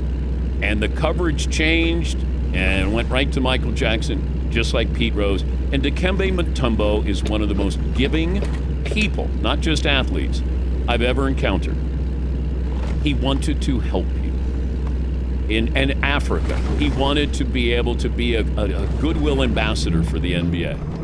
And when he got out of the game, he wanted to know how to give back. And David Stern would talk to me about certain players, and he always loved Dikembe because he said he wants to give. He wants to have a bigger impact. And I always appreciated that. So he passes away, and then hours later, it's Pete Rose. Just saw a clip of Pete Rose on this program in 2017 recounting how he and Ray Fosse had dinner the night before. He ran him over in the All-Star game. And Pete Rose going headfirst in a technical exhibition game because he was the ultimate competitor is, I guess if you had a statue of him, right, you'd have him maybe in his famed batter stance from which he had the most hits in the history of the game. Yeah, that crouched lean over. Or this, what we're seeing on the screen right here, him running over, or him diving head first. Yeah, like a giant head first slide. The helmet's coming up, that's it. The helmet's off, that may be the one right there, where he's going head first, and he's kind of got a look on his face like, this is the most fun I've ever had in my life. There actually is a statue of that in Cincinnati, right? Yeah. And so, that's it. That's it right there. I'm coming for you. Look at that. And by the way, I'm loving this because I know I'm going to beat you. Yeah. Right? Yeah, played more winning games than anyone. Right. And in a genteel sport, right? He had some brass knuckles. No doubt. And he let you know. I'll remember one of the sound bites he also gave us here on this program, where he said something along the lines of, golf is tough, but what are these guys complaining about? Their ball's not moving. Have them hit a ball that's moving. That was his approach. But you can't mention Pete Rose without everything else. And you could make the case that in my lifetime, 55 years, there's never been a more flawed hero, a more flawed all-time great. And the man signed a document saying he did what he did. He signed a document, and he got banned for life. And the man who banned him for life then passed away. And he never made it in the Hall of Fame. And I will always say this. It's a Hall of Fame and museum. Should there be a plaque in the Hall of Fame with Pete Rose's name on it? You bet. There should. And on the plaque, just put what he did. That's it. And I think there would be a plaque in the Hall of Fame if Pete Rose did what Mickey Mantle did before he passed away. When he said, I had a problem with alcohol. I had a problem with alcohol. It ruined my family life. I'm trying to make amends to a lot of people right now. Don't be like me. If Pete Rose said, I gambled, you didn't even have to say he didn't gamble on the Reds. I mean, we could sit here and say, did he gamble on his team or not? If he came out and said, I am a gambler, and I have a gambling problem, don't be like me. If he did that right away, I think he'd have a plaque in the Hall of Fame for the last quarter century and forevermore. Now, you could sit there and go, well, that's PR or whatever, but yeah. If he had come out and said, I had a gambling problem, that's it. Don't be like me. And reach out if you have a gambling problem. He'd be in the Hall. It took him years to admit he actually did bet. Yeah, and that's because he was selling a book. All he had to do was that from the beginning. It's such a shame in that regard because he is the best hitter. And he was truly notable achievements. They're too many to fit on a screen. Mm-hmm. It'll never be broken. We'll never see 42-56 broken. He will have that forever. And he won the first World Series for the city of Philadelphia. Remember that? The Wheeze kids? I'll never forget when he played first base for them and on the old turf in the vet. After he had recorded the last out, he would spike the baseball on the ground. Oh, yeah. Remember that? He would spike it. Hot corner in Cincy, first base in Philly. Just the greatest hitter ever and one of the most flawed heroes in the history of sports. Yeah, I mean, 42-56, that's never going to break. I don't know if we're going to see another 44-game hit streak, to be honest. That's true, too. 17 All-Star games at a record 5 different positions. That's probably not ever going to get touched. I would agree. Certainly in the day and age where you could make the argument the best offensive player in the sport is a designated hitter. Yeah. You can go back and forth between Ohtani and Judge. Bobby Witt. But you were shaking your head. You don't think if he came out early and said, I'm a gambler, that people would just say, okay, Pete, you did your penance. These baseball people are they're so tight, right, Chris, about the rules of the game, and I just don't. It's the biggest one. Here's my thing, right, with Pete Rose and gambling. Pete Rose was known as the ultimate hustler, right? He gave everything to the game. Charlie Hustle. He never cheated the game. He never cheated in at bat. He never cheated an out. So I get it. Not condoning it, but as his playing career was over, he started to bet on games. Now, my question is, did this ultimate competitor, the guy who had the ultimate nickname, would he have ever bet on his team to lose? But the question is, we don't know the answer to it. And baseball had him dead to rights, and he signed a document, and then the guy who banned him passed away, and then he denigrated. Right. And the man who took over was saying, over my dead body are you getting in? And it just spun out of control. If Giamatti doesn't die, maybe Pete's in. Or if Pete did what I said he did. Yeah. But rest in peace, 83-year-old Pete Rose. Pete Rose passes away at the age of 83 here in Las Vegas. So Brent Musburger has decided to give us some time today to share his thoughts on the passing of Charlie Hustle. And he's with us now. Brent, we appreciate the time. So we give you the floor, sir, as you hear the news that Pete has passed. What were your first thoughts? Well, Pete Rose was one of my favorite characters, and as I see the Seahawks and the Lions getting ready, I'm sure that Pete would have a position on this game. He loved to bet football, and I go way back with him in the NFL today. I got a couple of anecdotes to tell you that Jimmy the Greek took down ill for a couple of weeks, and I knew that Pete loved to bet on football, and so I gave him a call, and I said, hey, Pete, would you come and be our replacement for the Greek on the NFL today? I'd love to, Pete said. So he came in and we gave him the checkboard that the Greek used because the commissioner did not want us using -3, +7, minus 6.5. So we had to use check marks. So Pete used the board, and we picked the games, and he put his checks on one side. And Pete never let me forget that he picked more winners than the Greek for 2 weeks in a row. He was our hottest handicapper, and he was just a delight to be around. He was very knowledgeable about the National Football League, and he would come to New York occasionally. We would go out. One night I was out getting ready for a college football game somewhere before the NFL today, so it was a Friday night, and my phone rang at about 2 o'clock in the morning, and, "Hey, Brad, this is Pete." Yeah, Pete, what's up? Is there a problem? No. Listen, I got word that the fix is in on the Marshall game. I said, "Excuse me?" And he said, "Yeah, I got some inside information. What do you know?" I said, "Pete, I don't know a thing about it." I said, "I haven't heard anything." I said, "I'll tell you what, my friend, I'll give you a call if I hear anything." And of course I didn't. But that was Pete Rose. He loved action, but as you go back and look at his career as a baseball player, he was old school. There was just when you think about somebody with 4,256 hits, and he hit 303 for his career. Now you look at guys today, and they think 250 is a very good batting average, and he hit over 300 for his career. He also, he played only one way, you guys, and that was hard. I mean, you'd go in and watch him play, and he certainly would end the game in all likelihood with dirt on the front of his uniform because he was going in sliding head first. So he was a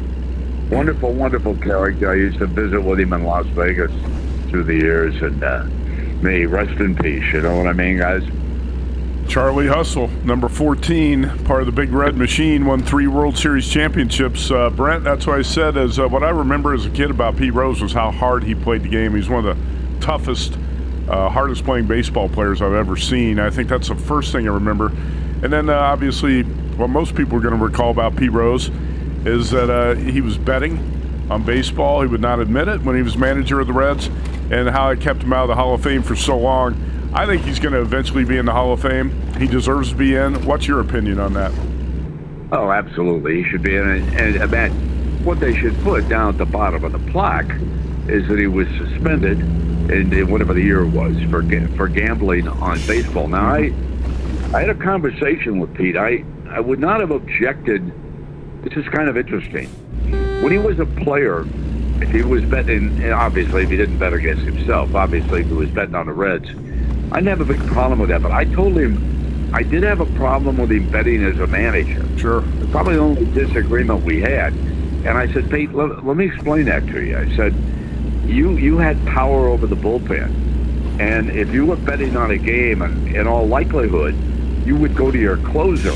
You would go to your best guys. Most of the starters back in that day, they would go 7, 8 innings. Now, for goodness sakes, lucky for him to reach 5. But as a manager, I didn't like him betting on baseball because of the control he had over the bullpen that none of us who also bet on baseball would have known.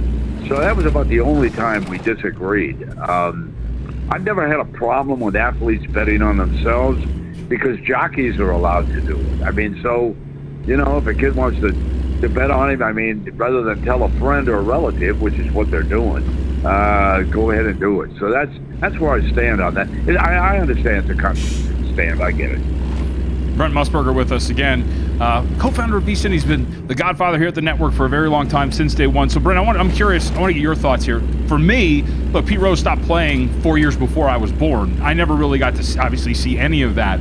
But I'm familiar with baseball stars of today and what it was like. What was it like in the heyday of his career, just as a player, from a narrative standpoint, a popularity standpoint? How was it like from your eyes watching him throughout his career, and how big was he throughout his career?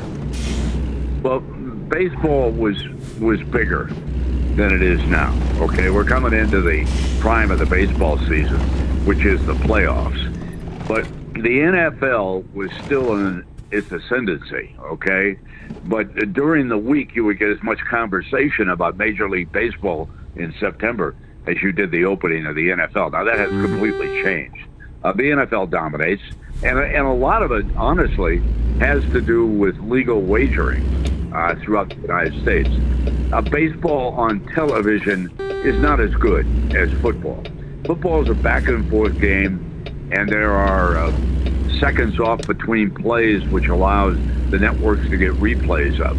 And baseball is not a back-and-forth game, and it's a much more difficult game to show on television. You are stuck with what becomes a boring picture from center field behind the pitcher, and it's just not, there isn't the variety of action that you can show on football. So, to get to your question, Pete Rose was much bigger back in that day. Now, listen, there's a guy playing today that I could argue may be the greatest baseball player of my lifetime, and that's Shohei Ohtani. What he has accomplished this year with the Dodgers is absolutely unbelievable. A 50-50 season, and he's about to become the National League's most valuable player, and that means he will become an MVP of both the American and the National League. I know you follow the Angels, because that's your favorite team. You and I have talked about that, and obviously they missed the great Ohtani. And so back in that day, when we're talking about people, Ohtani would have overshadowed all things football.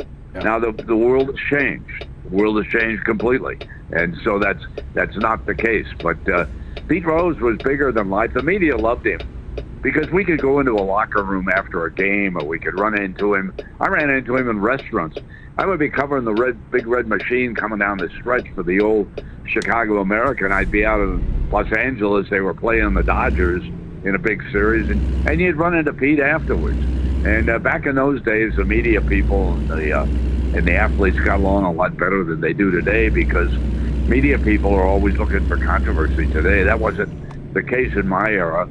We covered the games, and then that was it. Closed the book, and off we went into our own other world. And so Pete Rose was huge back in the day. And to go back to the question about the Hall of Fame, he has belonged in the Hall of Fame all along, with that asterisk.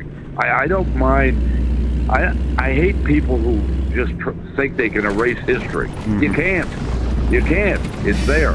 So Pete Rose should definitely be in the Hall. And so should Barry Bonds, by the way. Another character I was around a little bit later. But Bonds and Rose belong in Cooperstown. There's no doubt about it. Thanks for watching, but don't let the betting insights end here. If you want an extra edge this football season, you can get a month of VSiN Pro right now absolutely free. That means access to our betting insights, analysis, and tools like our betting splits at zero cost to you. Click the link in the description to sign up.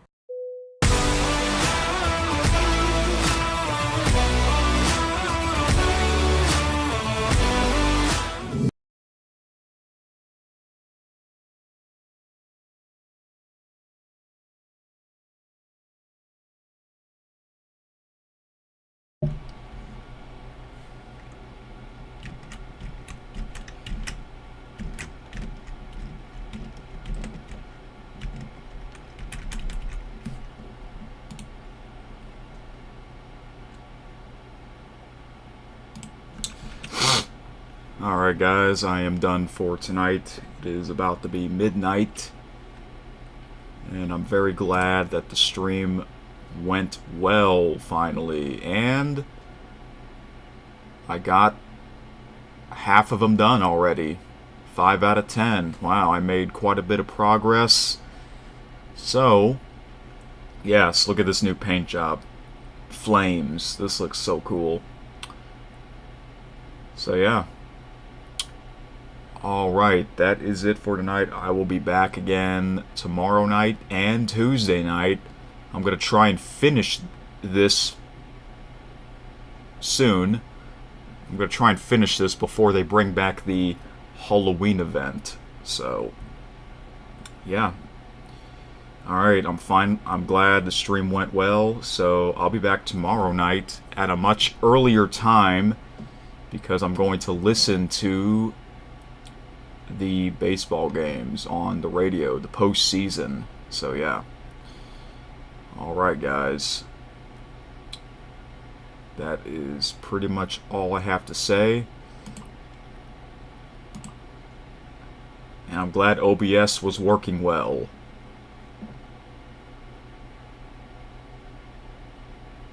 Okay.